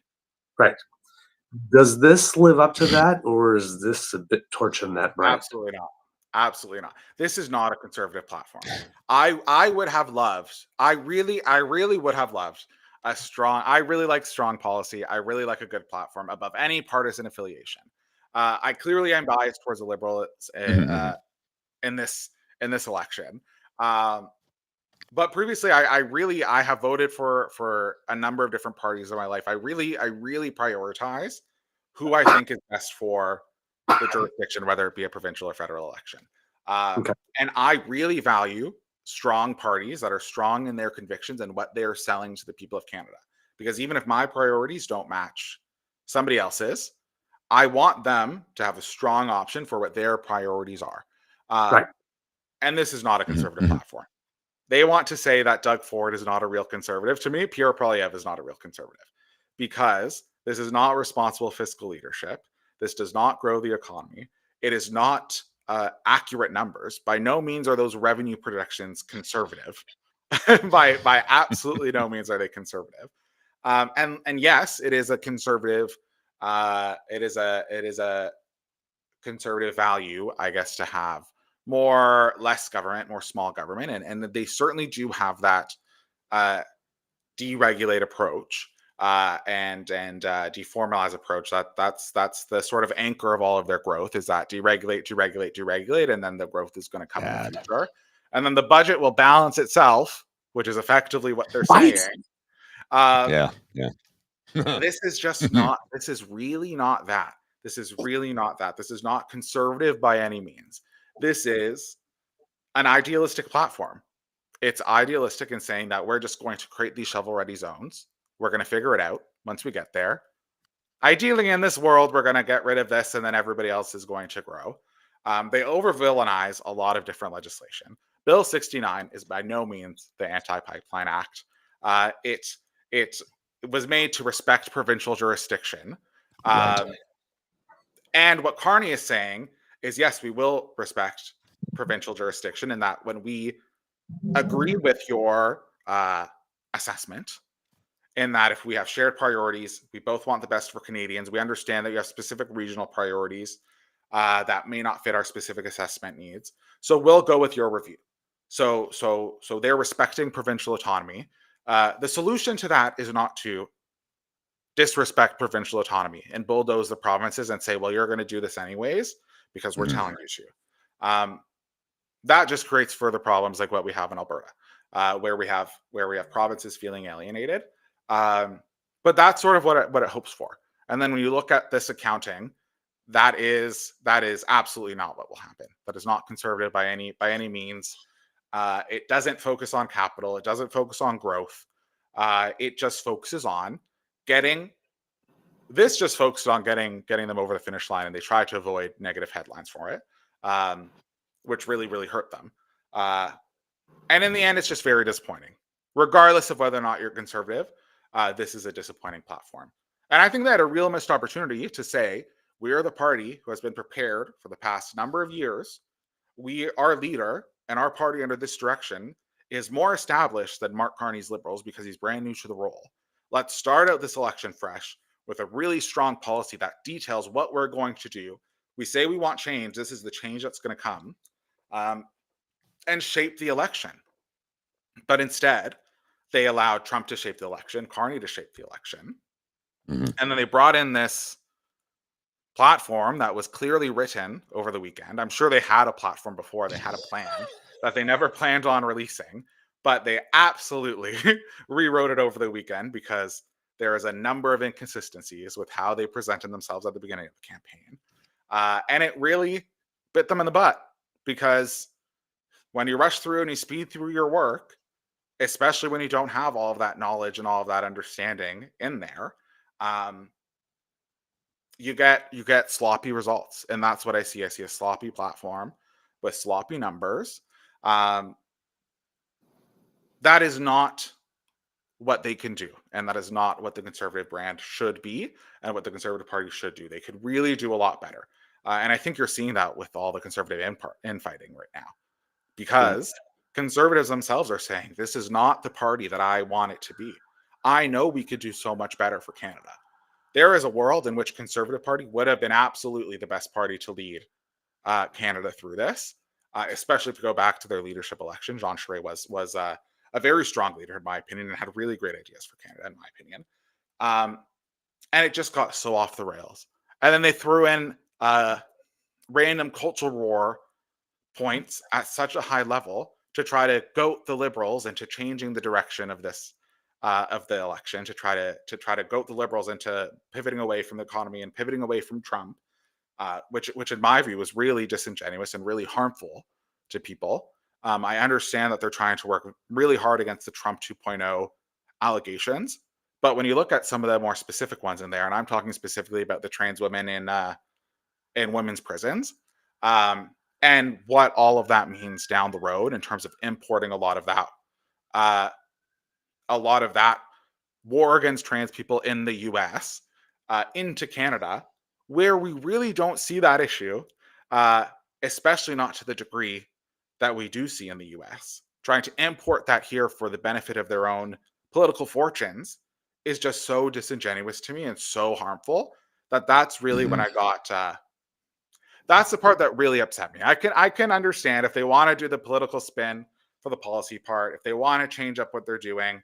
I honestly didn't believe that they were going to do that much from when they were talking before, because if you look at how much the Conservative identity has changed over the past 3 years, like, what can you really expect? I don't respect anybody selling out Canadians and selling out people for their own political fortunes. That to me is that I don't appreciate. So that was also part of the Conservative platform that I really do want to address. I understand why it's not in the main narrative, because it would muddy up an election that's very focused on Trump and the economy. But I was very disappointed with this platform. I think a lot of Conservatives were disappointed with the platform. The party could have done a lot better, and Conservative governments around Canada provincially have done a lot better. And I really do think that that's not. I think it's fundamentally not a Conservative platform. All right. So go ahead, Mr. Weasley. I have something I want to share with both you gentlemen really quickly here. I'm going to put this on the screen and read it for those listening in the audio version. This is from Martina Stevis-Gridniff. Martina is Canada Bureau Chief at the New York Times. And she says, according to the IMF in its updated World Economic Outlook, its flagship forecast predicts Canada will not go into a recession, but warns of downside risks, i.e. this could change for the worse. Canada GDP growth, 2024, 1.5, 2025, 1.4, 2026, 1.6. So basically, if we stay the course, from that, if we stay the course, if we re-elect the Liberal Party, we're going to be okay. Mm-hmm. But I thought Justin Trudeau destroyed the economy. It's and I think that's exactly why you see a lot of the because I was hearing some folks say that even post-COVID, you had a lot of people who during COVID are able to work at home and get money and sort of came out, and now you're in a good place and you want things to continue. And then you have people who right now are still struggling to get back up on their feet. So they're saying, oh, I want somebody who's going to help me get up on my feet faster. And hoping that the Conservative Party is that. But I think the challenge is that the Conservative Party is not that. And if you stay the course with the Liberals, and I don't even think this is staying the course with the Liberals, because This is I think a big reason why we've been able to survive this with very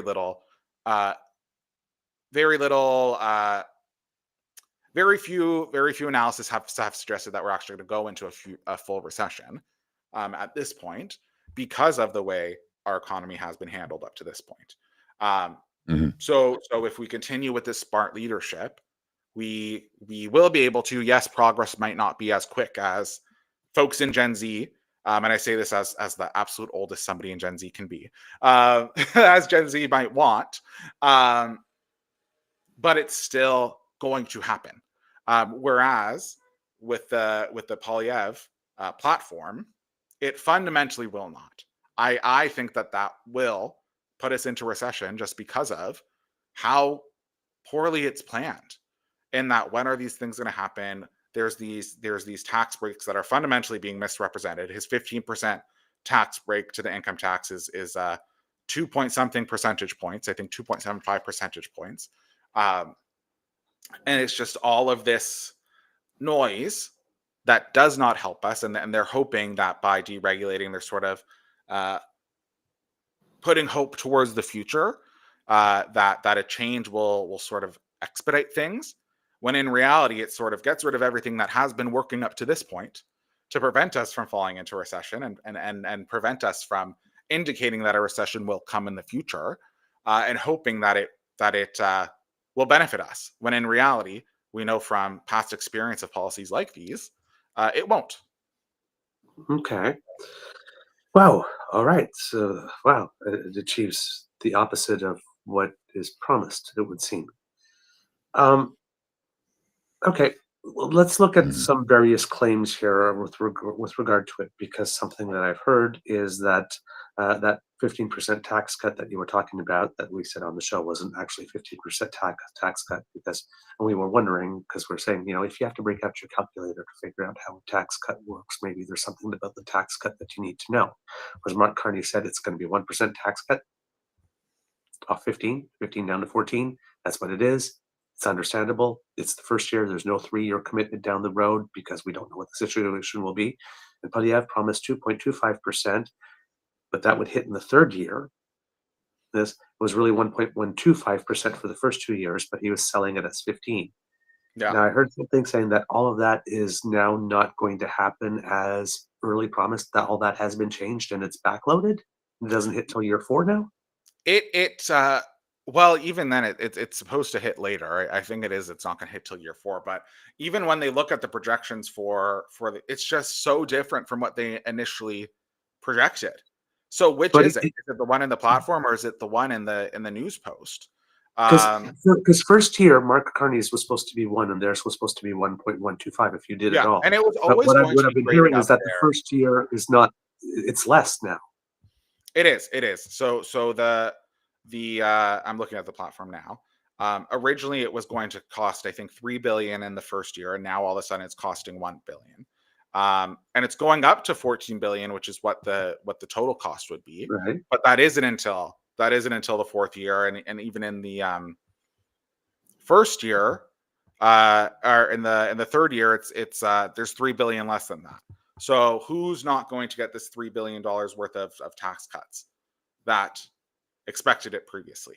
And it's those sort of things that aren't defined in the platform, that aren't laid out in the platform. So the platform just says we're going to get this tax cut, and then when you look at the and they say that it's going to be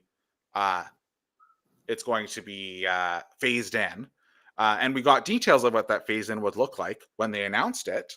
But now it looks like those details have changed, and now all we see is that, oh well, now there's $2 billion less here, $3 billion less in this year. But what does that phase in actually look like, and where do they project that phase in going? And I think people are also really overestimating the amount of Canadians that will see this discount.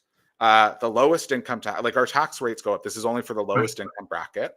I think that people are overestimating the amount of benefit that this will see Canadians versus what that $13 billion could have done for them through other measures. In that, yes, you save $1,000 up front, but $1,000 up front 4 years from now, let's say that, a future value of money, and people always do discount the future.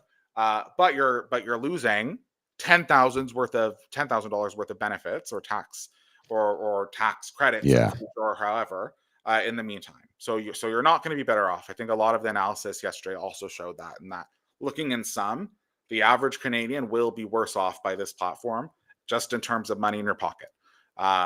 So it doesn't achieve what they want. Big surprise. Yeah. But not a big surprise at all. They got the headline. Well, they didn't get the headline that they wanted, but the platform was framed the way that they wanted, and that we're cutting the tax by 15%. Forget about how we're going to do that, when we're going to do that. We're cutting it eventually. And we have less deficit than the Liberals. We're gonna get rid of the deficit in total. When in reality, when you look at the numbers, people are saying that it's around 110 billion, I think, in new promises, compared to the Conservative or the Liberals 130 billion. It's not that huge of a difference compared to what we're getting. And a lot of their revenue targets are just fully I'm not going to say made up. They're clearly are based on some sort of fact. It is a very rosy and optimistic fact, and an absolutely no way conservative estimate of what those revenue projections would be. And that's the thing I wanted to, because the first piece of news I listened to was somebody from CBC saying, well, the Conservatives did something unusual. And when we're talking about a costed platform and somebody says unusual, that makes my ears prick up. The second thing I saw is when I looked up, conservative platform release, and something said like $90 billion and others said 110. And I'm thinking, if the media is not clear on the amount, that's not good, right? So, it seems that number is the number that everybody should agree upon. That was, and it wasn't there. So I'm looking at this, and then I'm hearing about that they are. Mr. Carney made a point when introducing his platform, saying that counter tariff revenue, I'm only counting it for the first year. I'm not assuming that it's continuing revenue year after year, because then if you do that, you start planning on that, and that's terrible. You should not be doing that. And number two, saying that he was not, even though he was doing all this activity that's going to catalyze all these dollars, he's not predetermining how much money that will bring in. So therefore, the deficit that he's running, this could potentially be less if there are those catalyzing dollars. So it's almost like a 60 billion maximum, unless like we get thrown some curveballs and stuff like that. But at that moment, which could be less, which is inherently conservative accounting. Whereas Pierre Poilievre is actually saying that these policies will generate revenue, and we are estimating it will be this much, based on what, I don't know. and inserting those numbers in and saying, we will get this money. Mm-hmm. And they're As it's a sure thing. Yeah, they're saying we're going to make revenue from eliminating clean fuel regulations is up to $3 billion per year at one point. Which, how are you eliminating these regulations that just incentivize companies to give like output based pricing? They pay money into government, so you're foregoing revenue here. But how does that create new revenue? People are just going to invest in what they have now. It does not mean that they're going to get more, because in reality, they weren't hindering their production because of these clean fuel regulations. Yes, there are some companies that weren't coming to Canada because of those regulations. I do think that they needed to be adjusted and do need to be adjusted. But from my understanding and from a lot of the companies that I've worked with, the ones that have issues with the clean fuel regulations in terms of being able to enter Canada are clean fuel companies. They're companies who are coming to Canada because they are part of the green transformation. They just want to make sure that their innovations are captured as beneficial within the current clean fuels ecosystem. So like looking at sustainable airline fuel, looking at different hydrogen fuels, looking at fuels from different ways to utilize waste into energy that isn't incineration, but instead using other forms of transformation that are more carbon negative.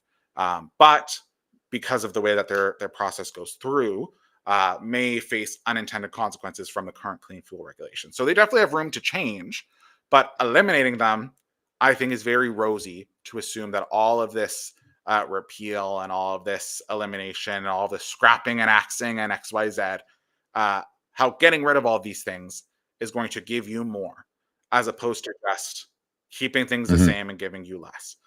So that is, I think, the main thing that we see in the Conservative Party that isn't in the Liberal Party. They're not isn't it discounting the future quite as much in terms of where they see the money coming from.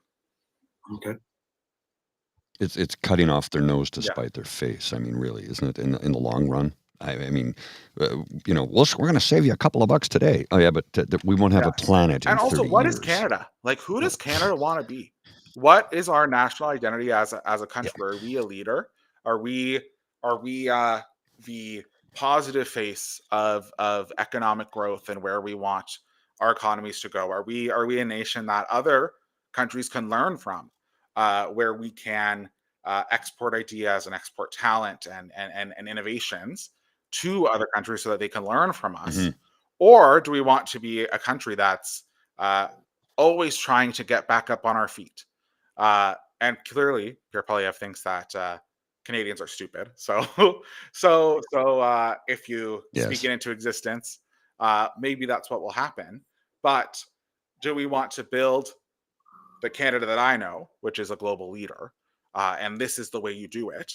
Or do we want to become what the United States already thinks of us as, which is a little brother, a little growth coming off the top of their satellite head? It's really a fundamental question of what our Canadian economy is and what our Canada is. Okay, so one of Pierre's go-to lines just during this entire campaign is that under the alleged Liberal decade of darkness, the Trudeau government, yes, the Trudeau government has made us more reliant on the United States, and he's the one that's going to fix that. Does this plan do this? It does not. I don't think it. I don't think it at all makes us less reliant on the United States. It certainly aligns some of our regulations with the United States in that we might see if a company has a certain way of operating in the United States, it might be easier for them to then operate in Canada. But when you look at what Trump is doing, they're saying, oh, we want all your manufacturing to be done here. We want you to be doing things here. We're going to put huge tariffs on what you put out there. We want American-made companies. This is not going to that aligning with that And aligning with American-made companies does not build Canadian companies. Does not build Canada. Replicating a deregulated system that's in the U.S. does not build Canada, because in the end, the U.S. is always going to be more attractive because it has much more people.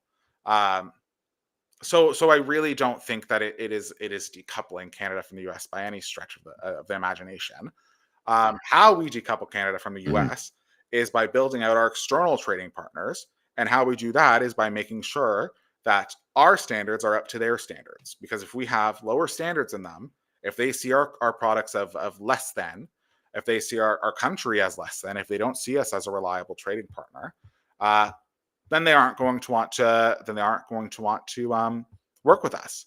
If our emissions are huge, if our fuel doesn't meet their clean fuel standards, if our companies are huge carbon emitters, they aren't going to want to partner with us, and we aren't going to decouple from the U.S. We're only going to be able to work with the U.S., whose regulations align with our own. Right. So it doesn't help us diversify our trade partners. It doesn't make us less reliant on the United States. The tax cut is not coming as fast as promised. It doesn't help us, and it's not based. Let me ask you this, because when they say it's unusual to do the accounting where you presuppose what the revenues are, like, why is this not recommended accounting?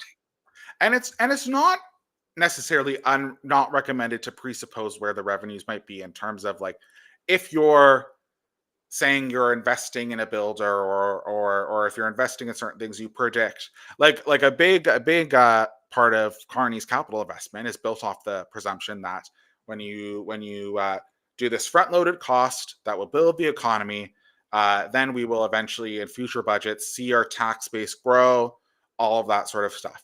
But it doesn't presuppose what that growth in tax base will be past reasonable expectations. It doesn't overestimate the individual value of this one specific thing.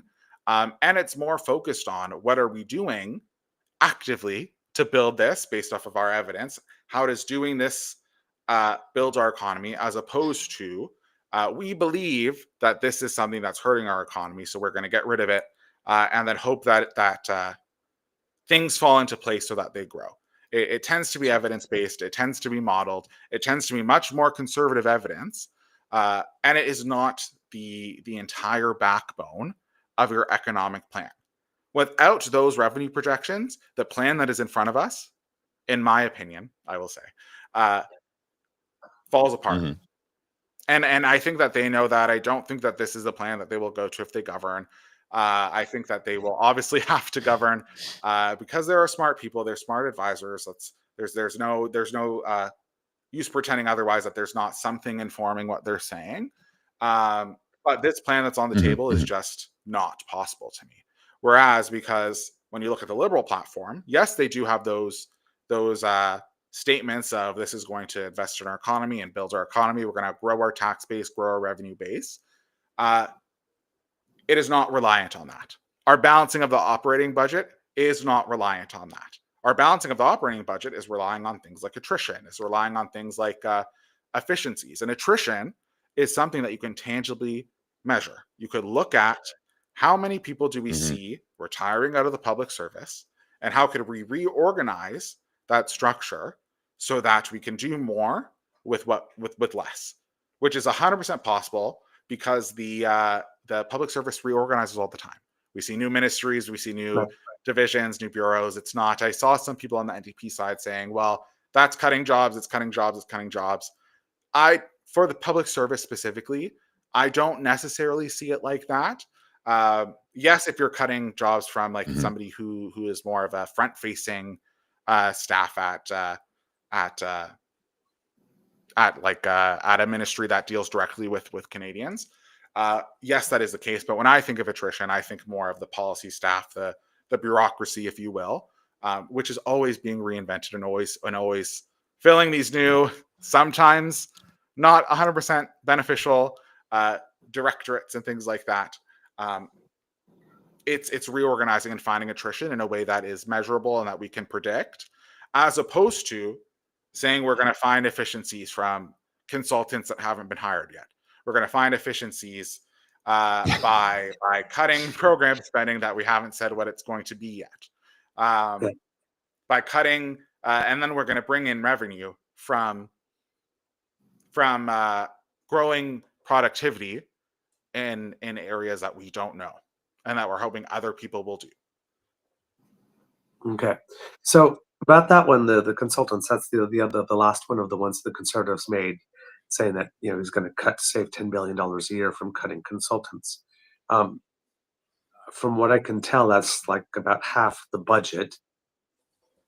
While I assume every budget has a little bit of waste and maybe a little bit of duplication, that consulting work that would be cut would still need to be done, and we'd still have to pay people to do it somewhere, somehow, right? Yeah, you would have to pay. So just to be clear, this is not the type of consulting work that I do. I do not work, the government does not hire me as a consultant. Just businesses hire me as a consultant, and then I work with the businesses, and then they will talk to government based off of, like, as if I am employed by the company itself.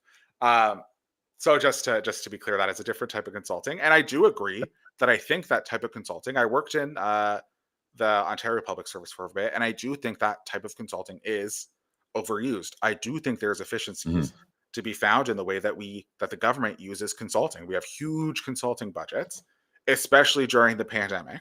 The reason why they do that is because the expertise does not exist internally. So I think that's a huge opportunity for efficiency. Absolutely. Oftentimes, that's where budget overruns come from, is from consultants. So it's less balancing the budget. It's more getting rid of what we saw in the past few years, a lot of these over budget departments. I think most of the reason why they use these is so that they can validate what they're doing, so that they have expert validation. Because governments, when they do things, tend to be critiqued. So it's valuable to have an external source come in and audit those. So, like, for example, when you look at the Conservative budget, they had two people coming in and saying that that they audited this as a third party. That's a consultant. They got two people to consult on this platform to go through and do the work that they did and duplicate the work that they did in order to validate it. So I think that, yes, absolutely. Should we be trying to do more work in-house where it's possible? 100%. Where it makes sense, where we are going to need this skill set for an ongoing basis. And that if you're doing it in-house, but you need this very specific skill set, so you're hiring somebody at X amount of dollars for a salaried position. So you're saving money in the short run, but then you're committed to that person for the rest of their career, where then their productivity may be less. I don't think that that's beneficial, but I do think that there's room to cut down that. I don't think it's anywhere near that level. I don't think Carney's anticipating using consultants at that level, because when you look at the past, so much of the consulting was due to COVID and was due to overrun. So I do think that's a valuable point. I do think it's actually really important that Polyev brings that up, and I think that that's what it comes from, the benefit of having a good opposition, and that you're able to talk about that with a little bit of intricacies and bring that to the Canadian people. The issue is when you oversell it and when you sensationalize it and when you try to make it this political talking point, where then it gets a little bit out of the realm of reality. So there's a little bit of positive and negative, because there is a lot of especially in the States, you had seen a lot of issues with consultants in the government in the past, especially if you look at the opioid crisis. That sort of stuff isn't happening here. Let's not pretend that that's happening here. But certainly an area to find efficiencies, not something to balance your whole budget on, not something that's going to be a huge revenue generator for you, because that work is oftentimes not it just isn't. From my understanding, that's just not really how it works, and it's not going to actualize the way that they predict it will in their fiscal track, especially not to the level that they predict. Okay, so try to be fair or kind. So to the Conservatives, is there anything? Same question as for the Greens. Is there anything in there that Carney should steal? I think that it is one. I think the Liberal Party has played into Western alienation for especially with Trudeau. I think that to say that Alberta and Saskatchewan are fundamentally anti-Canadian because of where they are is false. I think that they're people who are in a lot of ways harmed, who are a lot of ways less, who benefit less from what the government had been doing compared to others, who see themselves actively hindered more by the government compared to other provinces. Mm-hmm. So I think, especially as somebody from Ontario, especially from somebody who lives in Toronto, it is incredibly important to acknowledge the fundamental different needs that the Western province have, and the fundamental different like lived experience that Western provinces have. They all like to talk about how we don't want woke ideology and they don't want EDI, but I'm going to use EDI to the benefit of the Western provinces, because even though they're less in terms of population, that doesn't mean that their needs should not be met. And I think that that is something that is very valuable in the Conservative platform, in that at least there is a voice for what they have been hearing. My perspective on a lot of what we see in terms of the intense Western alienation, folks are very, very upset, is that the feelings are absolutely valid.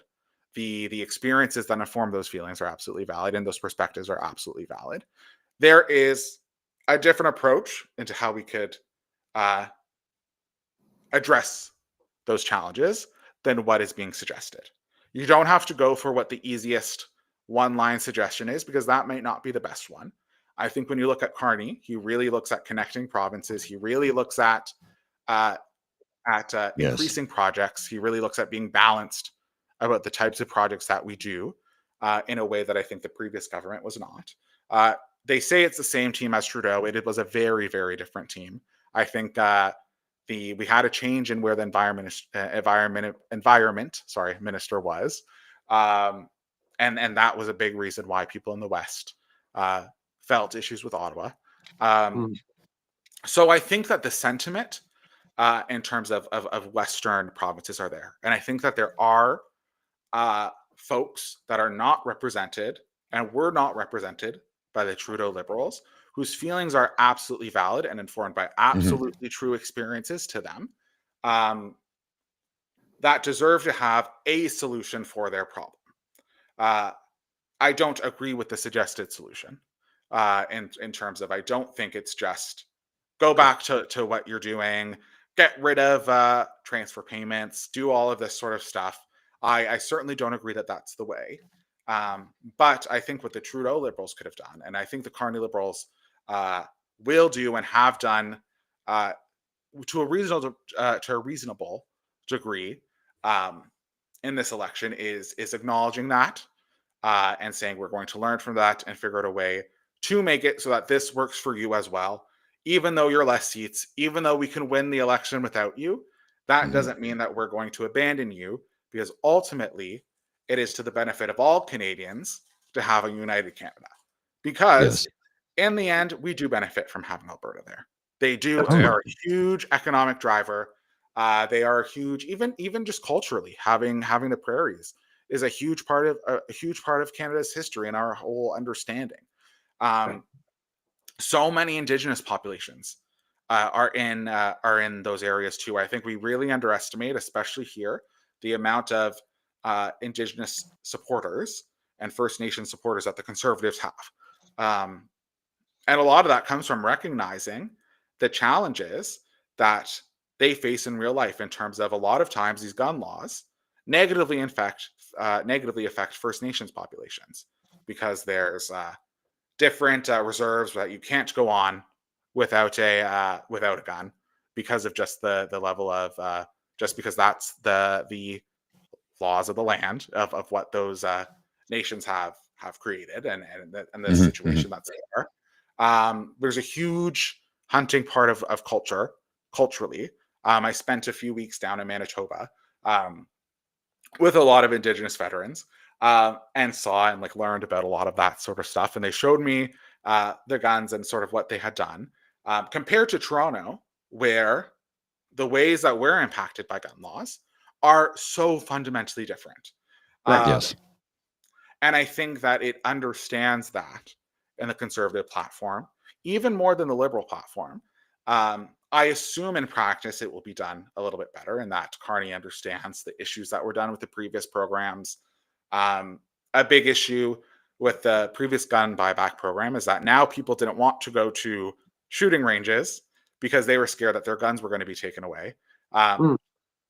Mhm. And then these were guns that were passed down from a thing. They have these gun collections. They're hunting rifles. They're culturally significant to them. Right. And in the end, they aren't posing a real threat. They aren't posing a threat to anybody else because they're locked up appropriately, because these are people Right. who have culturally understood gun safety throughout their entire life, compared to the reality of what it's like in Yes. Toronto. They don't see it as a weapon, a tool. Yeah, they see it It's as a tool to use, or in a rural setting. It's a tool. That's what it is. It's Yeah. not meant to protect yourself from an invader. It's meant as a Yeah. tool to scare away wolves or bears, and they're not even, in many cases, they're not even trying to shoot to kill those animals. They just want to scare them And I off. think that's a huge point. Now, if you is have that a they're not nuisance animal on your farm, you're probably going to Yeah. shoot it. And that's the difference between here and the US, is that when we talk about our law-abiding gun owners, and I really don't like that statement because I do think it draws to the US. When you think of law-abiding Mhm. gun owners in the US, you think of people who own guns for protection, not people Yes. who own guns because they're part of their life and their culture. Regardless of whether, Yes. no matter who you are, even there's an Alberta culture, a Western culture, a Manitoba culture. And then obviously all these cultures within that. So they're very different. And I have issue with the liberals importing the US gun crisis here and presenting it as if it is the same, as if these are people who have them for protection reasons when they don't.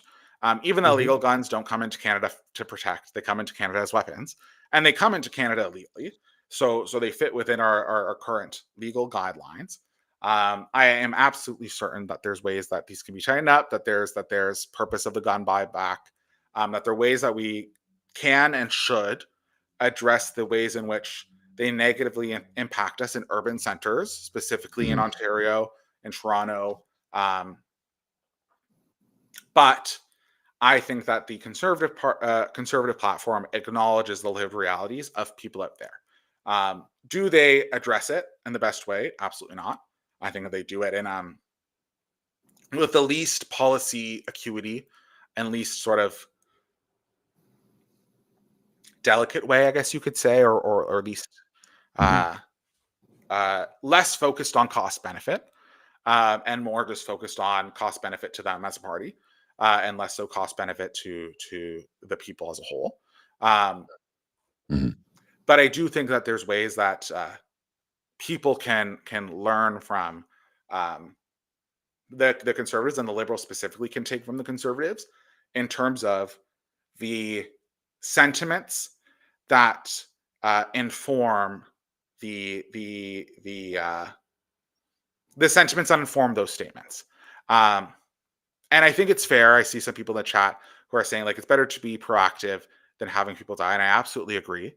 Um, but the way you do that and be proactive is understanding where the source of this comes back, and where the source of those challenges come from, and then how to address and target those solutions accordingly without negatively affecting or unnecessarily negatively affecting other folks of the country, so that when you tell them this is the best option, you mean it.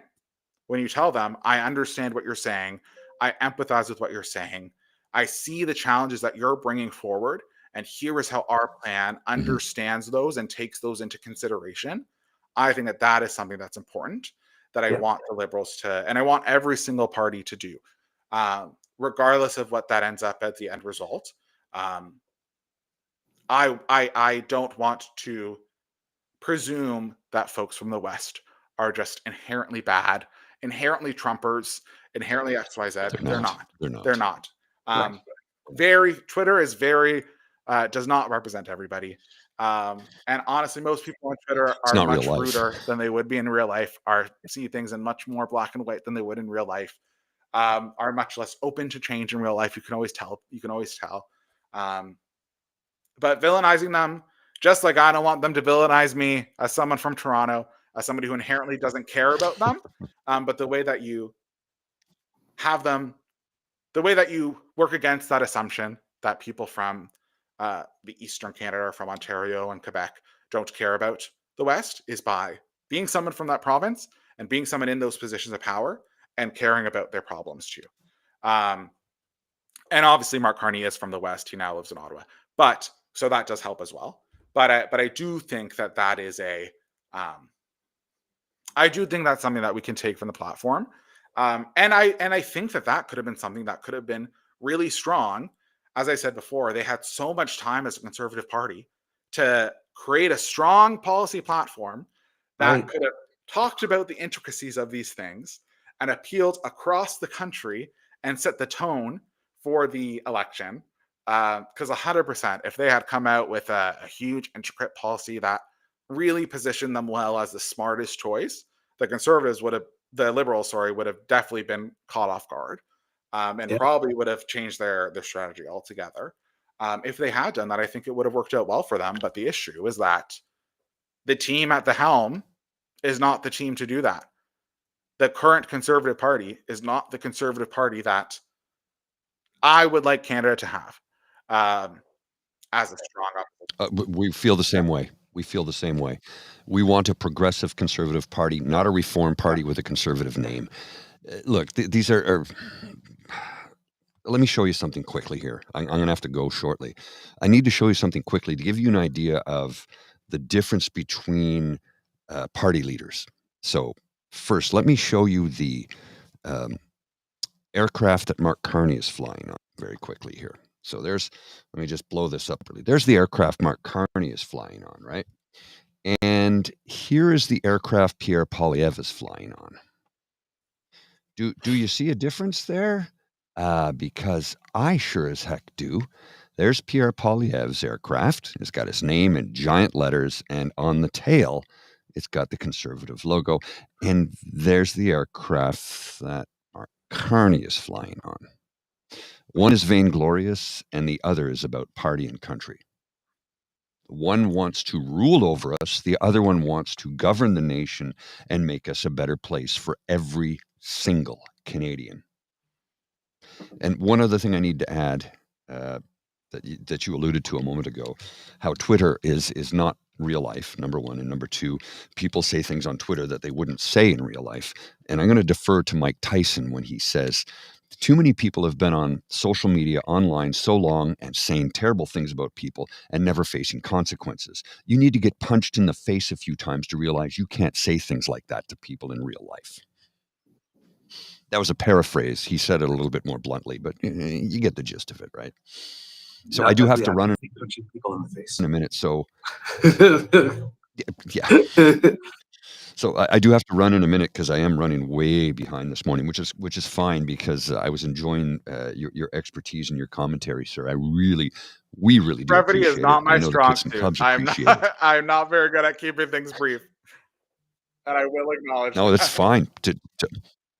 That's completely fine. We're okay with that. Believe me, we love to go into depth and detail. And when we have somebody such as yourself, who is an expert in their field and can bestow some of their expertise upon us, let's go crazy. Let's go as long as we can. That being said, I do have to run. So, Mr. Beaver, are you able to end it? You can? Okay. All right. Josh, thank you for coming. I really do appreciate it. Mr. Beaver, I will talk to you later. I got to go. Kits and Cubs, thanks for coming out. We really do love and appreciate every single one of you. My words of wisdom for today are make sure if you haven't voted already, make sure you get out and vote on the 28th. Bring a friend, bring family, bring people. Make sure people get out and vote. We're not telling you who to vote for. We'll never do that. We strongly recommend you do not vote Conservative, but we're not telling you not to. We're not telling you not to, but we're strongly recommending that you don't, because it will not benefit your neighbor, your community, your friends, your family, and those people you love and care about. Not telling you who to vote for, but we do encourage you to vote. I got to go. Bye, my friend. All right, Josh. So we've gone through the platforms. We've looked at some stuff. Generally now, it would seem to me that at this moment, given that the conservative platform is somewhat underwhelming and does not live up to the party brand as being the party you go to for economics, we have X number of days left in the campaign. If I were Mr. Carney, I would be doing nothing but tearing this to shreds and talking about what's next, how we expand the economy, how we diversify, because Trump, Trump, Trump, Trump. The other day, we were on the show, and I thought I was watching and said, "Oh, the markets went down a lot, so somebody must open their mouth." And he was talking about firing. IQ 47 south of us was talking about firing Jerome Powell again, who's the head of the central bank. Mr. Koryev has been talking about firing the head of the central bank. He was asked about that recently, didn't seem to have a full-throated endorsement anymore about firing the director of the central bank. Earlier in your comments, you were talking about the landing that we had after COVID, and well, the central bank does control monetary policy. So, should we fire our central bank governor? No, especially not through some sort of political uh, political scheme to blame somebody for COVID. I never support the public service being used as pawns for political fortunes.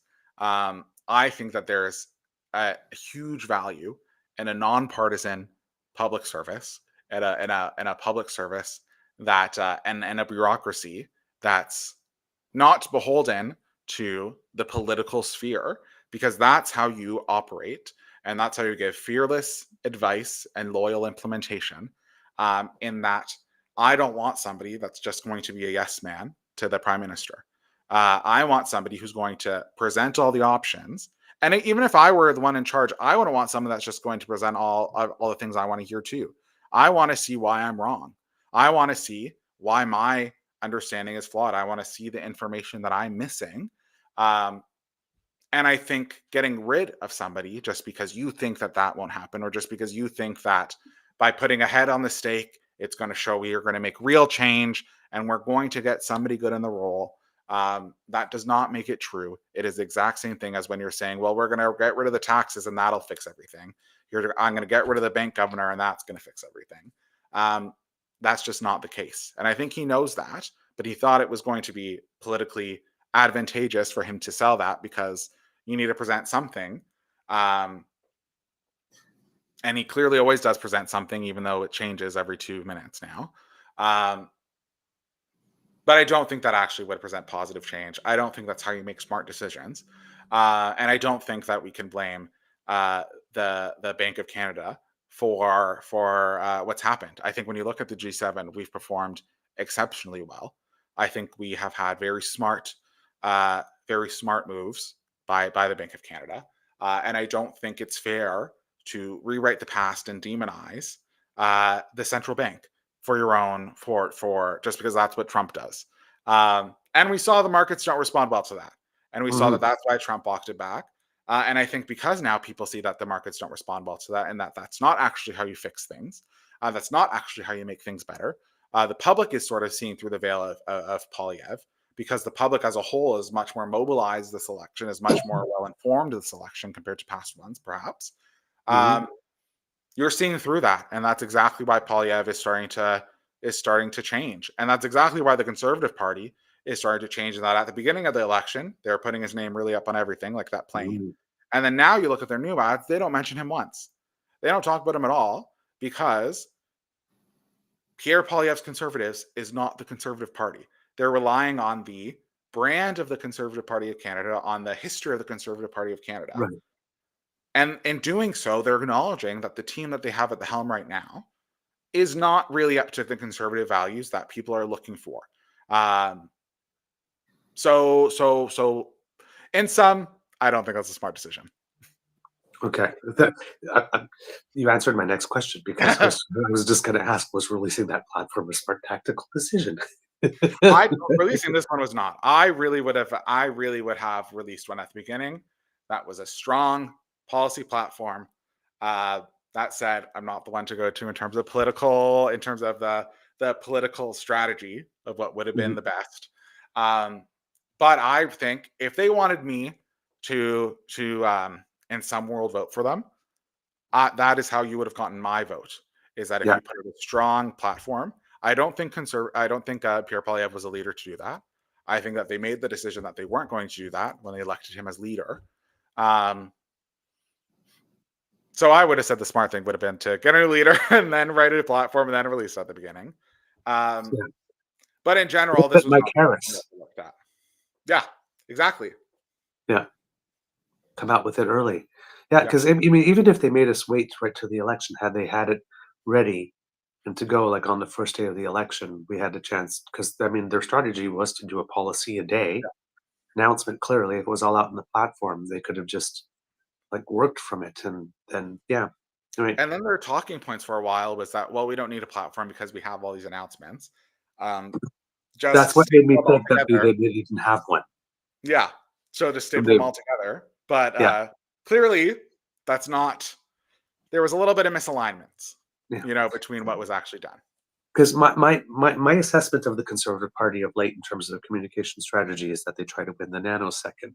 So again, with each of these policies on any given day, isolated in a vacuum, they can make them sound good. But when you have the platform document, they're all put together, and you see how they work together or don't. At this point, I was seeing that those individual, that individual policy in a vacuum alone, you're selling it, okay, it might sound great and all this, but 3 days ago you had this policy and these two don't work together. Yeah. Was I was noticing with Mr. Carney when he was like presenting a certain platform one day, I think there was the trades policy, and then he did the housing policy with the prefab stuff, and then a couple of days later there was the lumber policy, and all three of them seemed to the entire platform is interconnected. It's about how can this feed into that? How can we build housing in a way that builds our economy, in a way that builds our clean energy goals? And I think with Poilievre, it is not about that. It's about what can get us the best headline, what can get us the best polling numbers. And I think that because of that, when you look at it on paper, as you do during an election, and as you do during an election where people are very well informed, you see the faults in that. And I think that that's why I am of the view that Poilievre did not do as well as I think he did fine at the debate. I think he's a very strong debater. So he by no means was bad. I think in terms of reaching his potential, I think that it was not a great debate night for him at all, because when you try to measure yourself, one, it's not natural to him, so he's stumbling over his words quite a bit. And two, when he's not putting all this grandiosity behind it, you see a lot of those flaws. When they're all being listed in a debate format, you're seeing, well, that doesn't quite make sense. Right. This doesn't quite follow. This is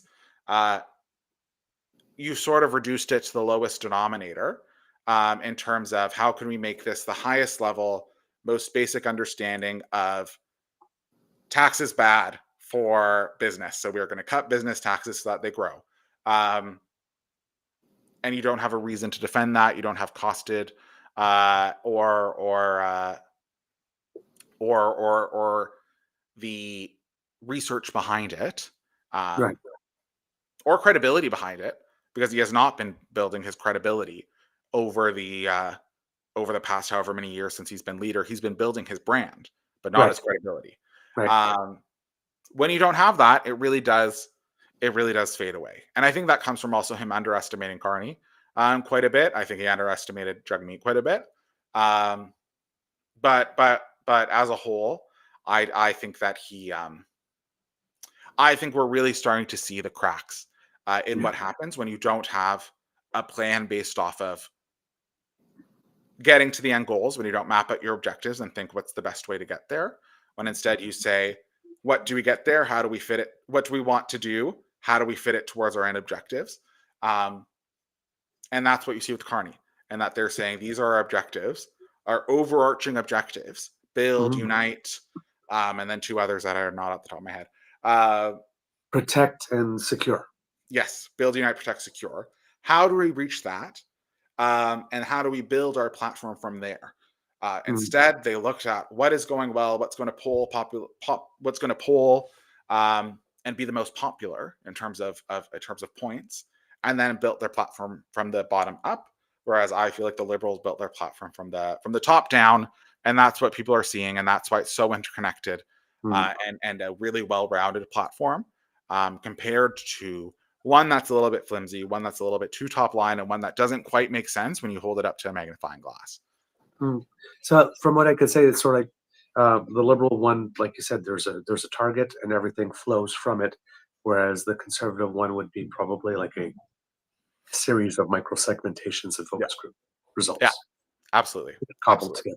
Okay. Yeah. So I guess the final sort of assessment question with regard to the Conservative platform might be Harsha's question, but would they have been better off taking the hit from not publishing a platform at all? Would they have politically? I think, honestly, yeah. I think that they would have, because I think that in the end they waited too long, because they wanted to wait till after early voting, because I think that they were hoping that there was going to be a big push for early voting, and that they were going to get some good headwinds on the very engaged voter base that would look at it, and that they're very engaged, so we're going to get them voting early, and they're the ones who are going to poke holes. And then the ones who are less engaged, who won't poke holes, we're going to get them on election day. But I think that what happened was a lot of people were waiting. A lot of Canadians are smarter than they give them credit for. I see someone in the chat saying, I think he underestimated the intelligence of Canadians, and I think that's absolutely true. In that a lot of people, I do think, waited. In that you got the people who are going to vote Conservative no matter what, voting for them in the first round. We did get a lot of early voting. That is 100% true. And I think that early voting benefited all parties, and that all tides lift, high tides lift all ships. Right. But now, in the last week of the election, we got the top line scary part of the Liberal platform out, and now we're seeing, oh well, that actually does make sense. It does hold up to scrutiny. It does. When I hear all of this, and also the scary parts are now being covered up by, not covered up, but are now being framed in the way that the Liberal Party wants to frame them. Whereas now, going into the week of the election, the Conservatives is now seeing how their platforms being taken by media, is being taken by the public, and they've sort of lost control of that narrative. And now they're going to be spending the last week of the election trying to win that back, instead of using the weekend to let it settle, coming in fresh with a strong strategy, to win those sort of voters for election day. I think they're sort of caught with their pants down a little bit, and I think people see that. But that also comes, I think, from rewriting their platform after the Carney platform. If they had had a stronger one, it could have been better. But in the way that they did it, I think in the end, it's just going to get more of those election day voters away from them. Because in the end, I don't see any demographic of Canadian that will be better off by that platform. And I think that that's consistent with what we're seeing in terms of expert analysis across media, in terms of what we're seeing in terms of people going through and really costing this out, is that in the long run, yes, we might see some cost reductions in the beginning, like we saw with the carbon tax, but it doesn't quite pan out. Is it going to ruin the whole entire Canadian economy? I don't think so. I don't think Pierre Poilievre is the worst thing for the Canadian economy by any means, but I don't think that also this platform is going to guide him. I think they have a much larger platform that lays out the full plans. I think he will adapt, as we have seen him adapt through the campaign and even before. So I'm not going to pretend like it's a catastrophic thing, but the platform itself does not really support the argument that he's the best positioned for prime minister, and that's the best party to hold government, which is not the best thing going into the last week of the campaign. And with regard to setting us up for what we need to do in order to, if we're going to diversify as well. I have no idea what he would do if he was prime minister. I have no trust. In my mind, I fear the worst. I have hope that the Canadian public would respond negatively to the worst, as they did during the election, which would cause him to temper himself down more. Right. We saw this a lot actually with Doug Ford at the beginning, where the Doug Ford who started in 2019, I think, is so different from the Doug Ford we have now. Right. And honestly, I wouldn't be surprised if Poilievre took somewhat of a similar path, where like he made a lot of mistakes in the first couple of years, learned a lot for the second couple of years. But I think I think we're in a place where we can't afford a lot of mistakes. We need somebody who's strong at the helm. We need an adult at the helm. We can't deal with that sort of. We don't have time for the training wheels. We need to start with the training wheels off. And I think that Canadians are really seeing that, and that we're not going to hope that in the last half of the mandate it gets us what we really want, because we need somebody who's going to start off strong, especially because we know the United States is going to come. And we're going to have to start immediately after the election, even before cabinet is made. Right. Wow, Josh, thanks so much. That's Thank you. fantastic. Thank you. And trust me, it's like we are very happy that brevity is not your strong point. It's not ours either. So, so it works quite well. You have a home here. We understand you. Yeah, I love it. I love it. See, most of the times I talk about these policy things that people are like, "Oh, okay," and then they sort of drown me out in the end as I keep going. But this was very great. I got to get all of my thoughts out. We got to have some good, informed, and I think very fair. I think we gave credit where credit was due to all the parties, which is the most important, because I never want to pretend. I never want to over sensationalize the negative things about any party. I think all the party platforms are worth the read, and I think we in the end, I think our democracy is better off for the way this election went. I really hope that, in my mind, I do hope Carney wins, obviously, by what I said. But in the end, I hope we have a more policy-focused political arena moving forward, where we really look for an informed, where the general public is looking to be informed voters, and looking a little bit more critically at what parties are saying, just like we did today, where we looked critically at every party. Oh, I'm so glad that you agreed to come on. And yes, as Mr. Grizzly says, we would love to have you on again. Yes, I would love it. I would love to. I'd love to. You might be getting an invitation for an opportunity a little earlier than you think. Excellent. Amazing. Thank you. Just showing a little ankle there. Showing a little ankle. I'm sure the kids and Cubs really appreciate it. Unfortunately, I wasn't able to follow the chat here on this because I'm not at, as you can tell, I'm not at my usual studio here. The boss is there. But absolutely, I have a feeling the kids and Cubs have been asking for this type of stuff, going deep into stuff. And it's great. I love seeing everybody's comments as it goes along. It's fun, isn't it? I really enjoy it. I really like it. Yeah. So thank you for bringing your knowledge. Thank you for agreeing. It was really short notice, and for being so enthusiastic about saying yes. Warms our heart, definitely. But yeah, we like I said, we were reading your analysis, and we just said, I mean, this is someone clearly who cares about the issue, cares about being fair, and clearly cares about actually going to read the source material before commenting, not just giving the hot take. So yeah, we were glad that we were able to bring your voice to our audience, and I'm sure that they will all go to bed much more informed tonight. Thank you, and thank you for the opportunity, and thank you to the entire audience for listening. It was fun, very fun. All right, we will see you soon. Okay. Have a great day. Yes, goodbye. Bye. All right, and let's see if I can make this happen. Oh, there we go. All right, kids and Cubs. We hope that you enjoyed the show. That's the end of the show. We hope that you enjoyed it. We loved making it for you.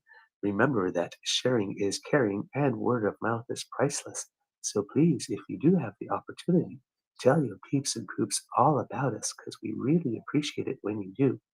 Now, kids and Cubs, if you would like to make sure you do not miss an episode because, maybe you're on the go. Busy people out there doing democracy, right? And maybe you need to have us in your ears while you're going, driving to work or, making sure you go to that next protest or that type of thing. Well, hey, now you can because of the Ray Girl who sponsors our pod page, podpage.com/the-true-north-eager-beaver, lowercase letters with a hyphen between each one of those words. And when you go there and click subscribe or click that QR code that just appeared on the screen and click subscribe, when we have something fresh off the bandwidth, it comes directly to you. No fuss, no muss. You have to do no work. We make it super easy because, hey, we like to help. So just scan that, go over there and subscribe. And that way you will always be up to date. Now, kids and cubs, if you would like to help us in other ways, well, maybe you would like to help us with those algorithms online by joining our YouTube page as a member or as a subscriber. True North Eager Beaver Media is our YouTube page. And if you go there, we have 3 buttons for you: like, share, and subscribe. Please click them, lick them, or flick them. It makes us very happy when you do. And as we said, it helps us out with the algorithm. So thanks so much, eh? And if you happen to be listening to us on Apple Podcasts, please give us some stars and some reviews. That also very much helps us out with the algorithm. And of course, if you're watching, when you go to the YouTube page, if you're able to go there in the morning, you get to chat with the other members of the Best Damn Fam and all of podcasting, a really great group of people. So there's a lot of advantages to be able to watch on our YouTube page if you happen to be watching on any other platforms. All right. If you are willing to help us in yet other ways, kits and cubs, we do incur some costs in bringing this show to you.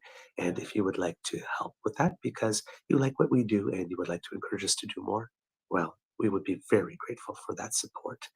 That QR code that just appeared in the corner will bring you to our coffee page. That's coffee, ko-fi.com/eagerbeaver, all in one word.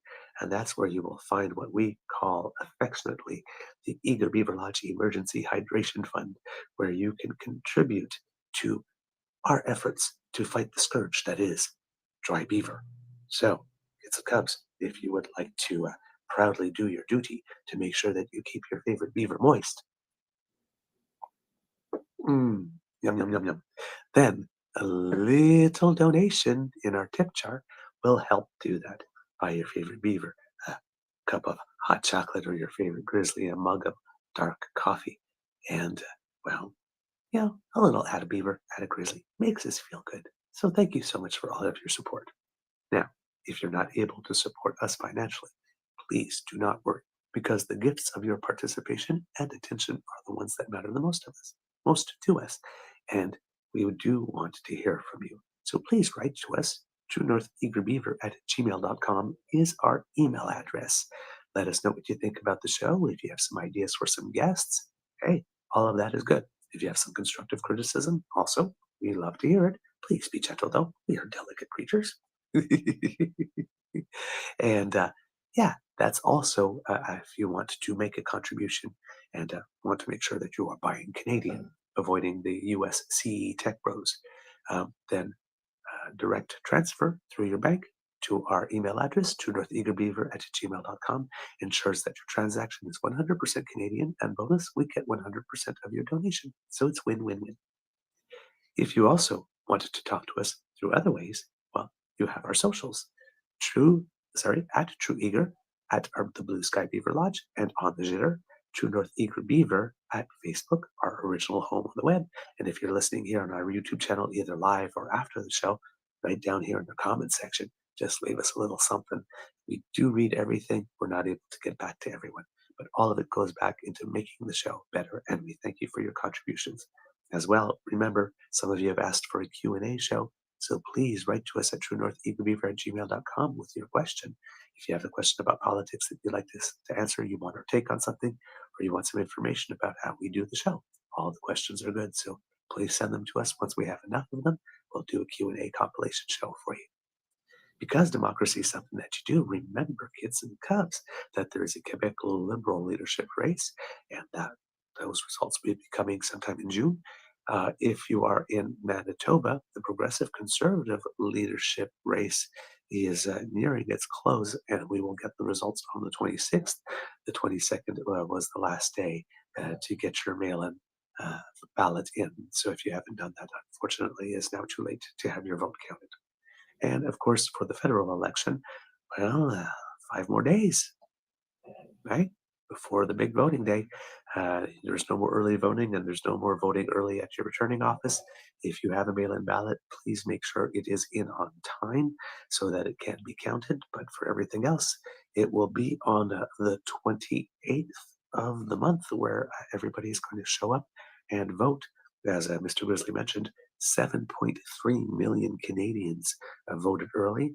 I do not think that also factors in ballots at the returning offices. It might just be the early voting at the early voting stations.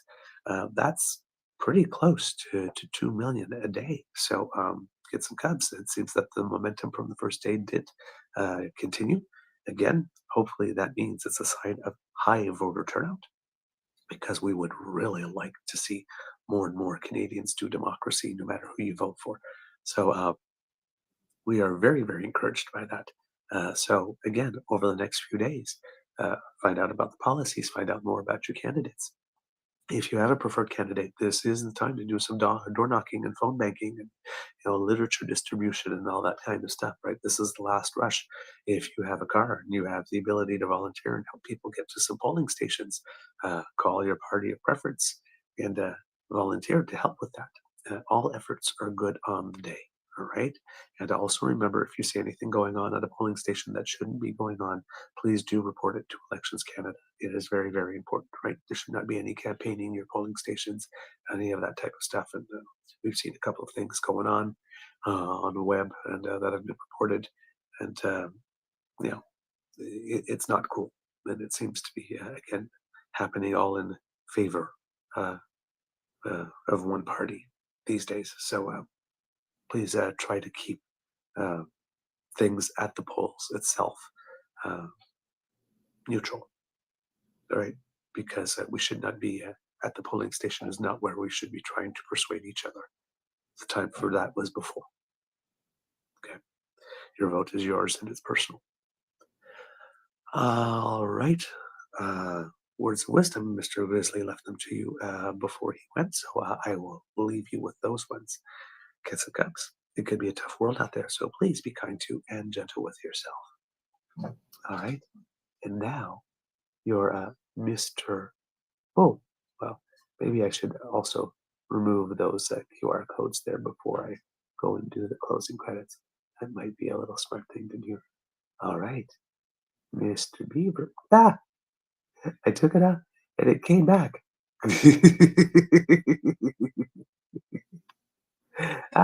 Funny how that happens. Okay, that was a fat finger thing.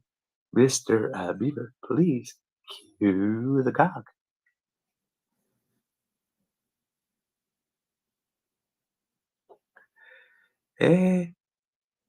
For some reason, it will not cue. Let's try that one more time.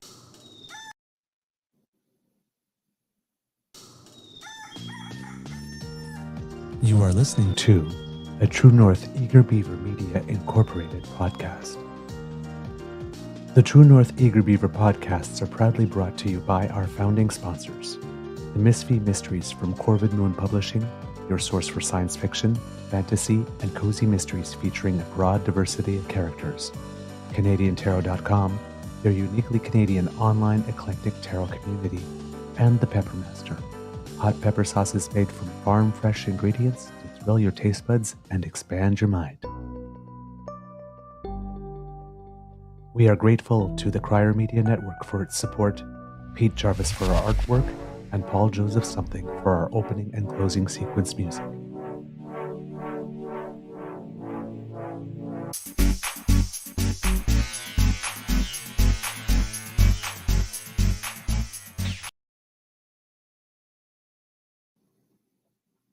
All right, kids and cubs. Just a little bit of information because we didn't do it at the beginning of the show, of course, with regard to the polling. took a look at it. With Poll Tracker, there was a little bit of a narrowing again yesterday, whereas the day before there was a bit of a widening. So things have come back with 338. It's the opposite. There was a bit of a narrowing the day before, and yesterday a little bit of a widening. So things seem to be a little bit remarkably consistent for all intents and purposes. With regard to the polling, no major changes. Let's see. Be interesting to see if there's a shift near the end with regard to the Conservative vote, based on the press that they will get from the platform. What people are telling people to look into is we mentioned in the show previously that majority minority might play itself out in BC. There is a possibility that it could play itself out in Quebec, depending on how big the pickup that Monsieur Blanchette has received over the past couple of days since the French debate and his appearance on Tout le monde en parle. It's a small one so far, but it is enough to flip a few more seats into the Blocs column. But so far, a lot of the polling is still showing that the Liberals are safely enough ahead in Quebec.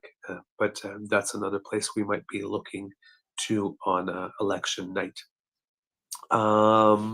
As for the markets, looked at them a little bit too. They have opened now, so I do not. Might want to take a look to see where it is. But the pre-market opening for the North America's markets was showing that a decent day was in store. We're showing a pre-market the Dow up 1.75%, the S&P 2.25%, and the Nasdaq at greater than 2.5%. So those are usually bigger days. The market has opened, and right now I am seeing higher than that openings. So I'm seeing a 2.36 for the Dow at the moment, 2.75 for the S&P, nearly 3.75 for the Nasdaq at the moment, 3.5 for the Russell 2000, for the TSX Composite, 1.25 there. So it's looking like a decent day on all the markets for North America at the moment. With regard to Europe, taking a little quick look because the markets there are also already open. Everything is in positive territory like it was earlier, with a decent amounts. 2.42 the maximum at the DAX in Germany, and 0.82 with the FTSE 100 in the United Kingdom, but the FTSE 250 is at 1.45. And the Asian markets overnight were also, for the most part, positive, if my recollection is good. And yes, indeed, the Shanghai Composite was the only one that was down by about 0.1%, and everything else was up. Some pretty good amounts too. Taiwan was up 4.5% on the day. The Hang Seng, which took a pretty big hit, was up about 2.4% about. But a decent day in all of those.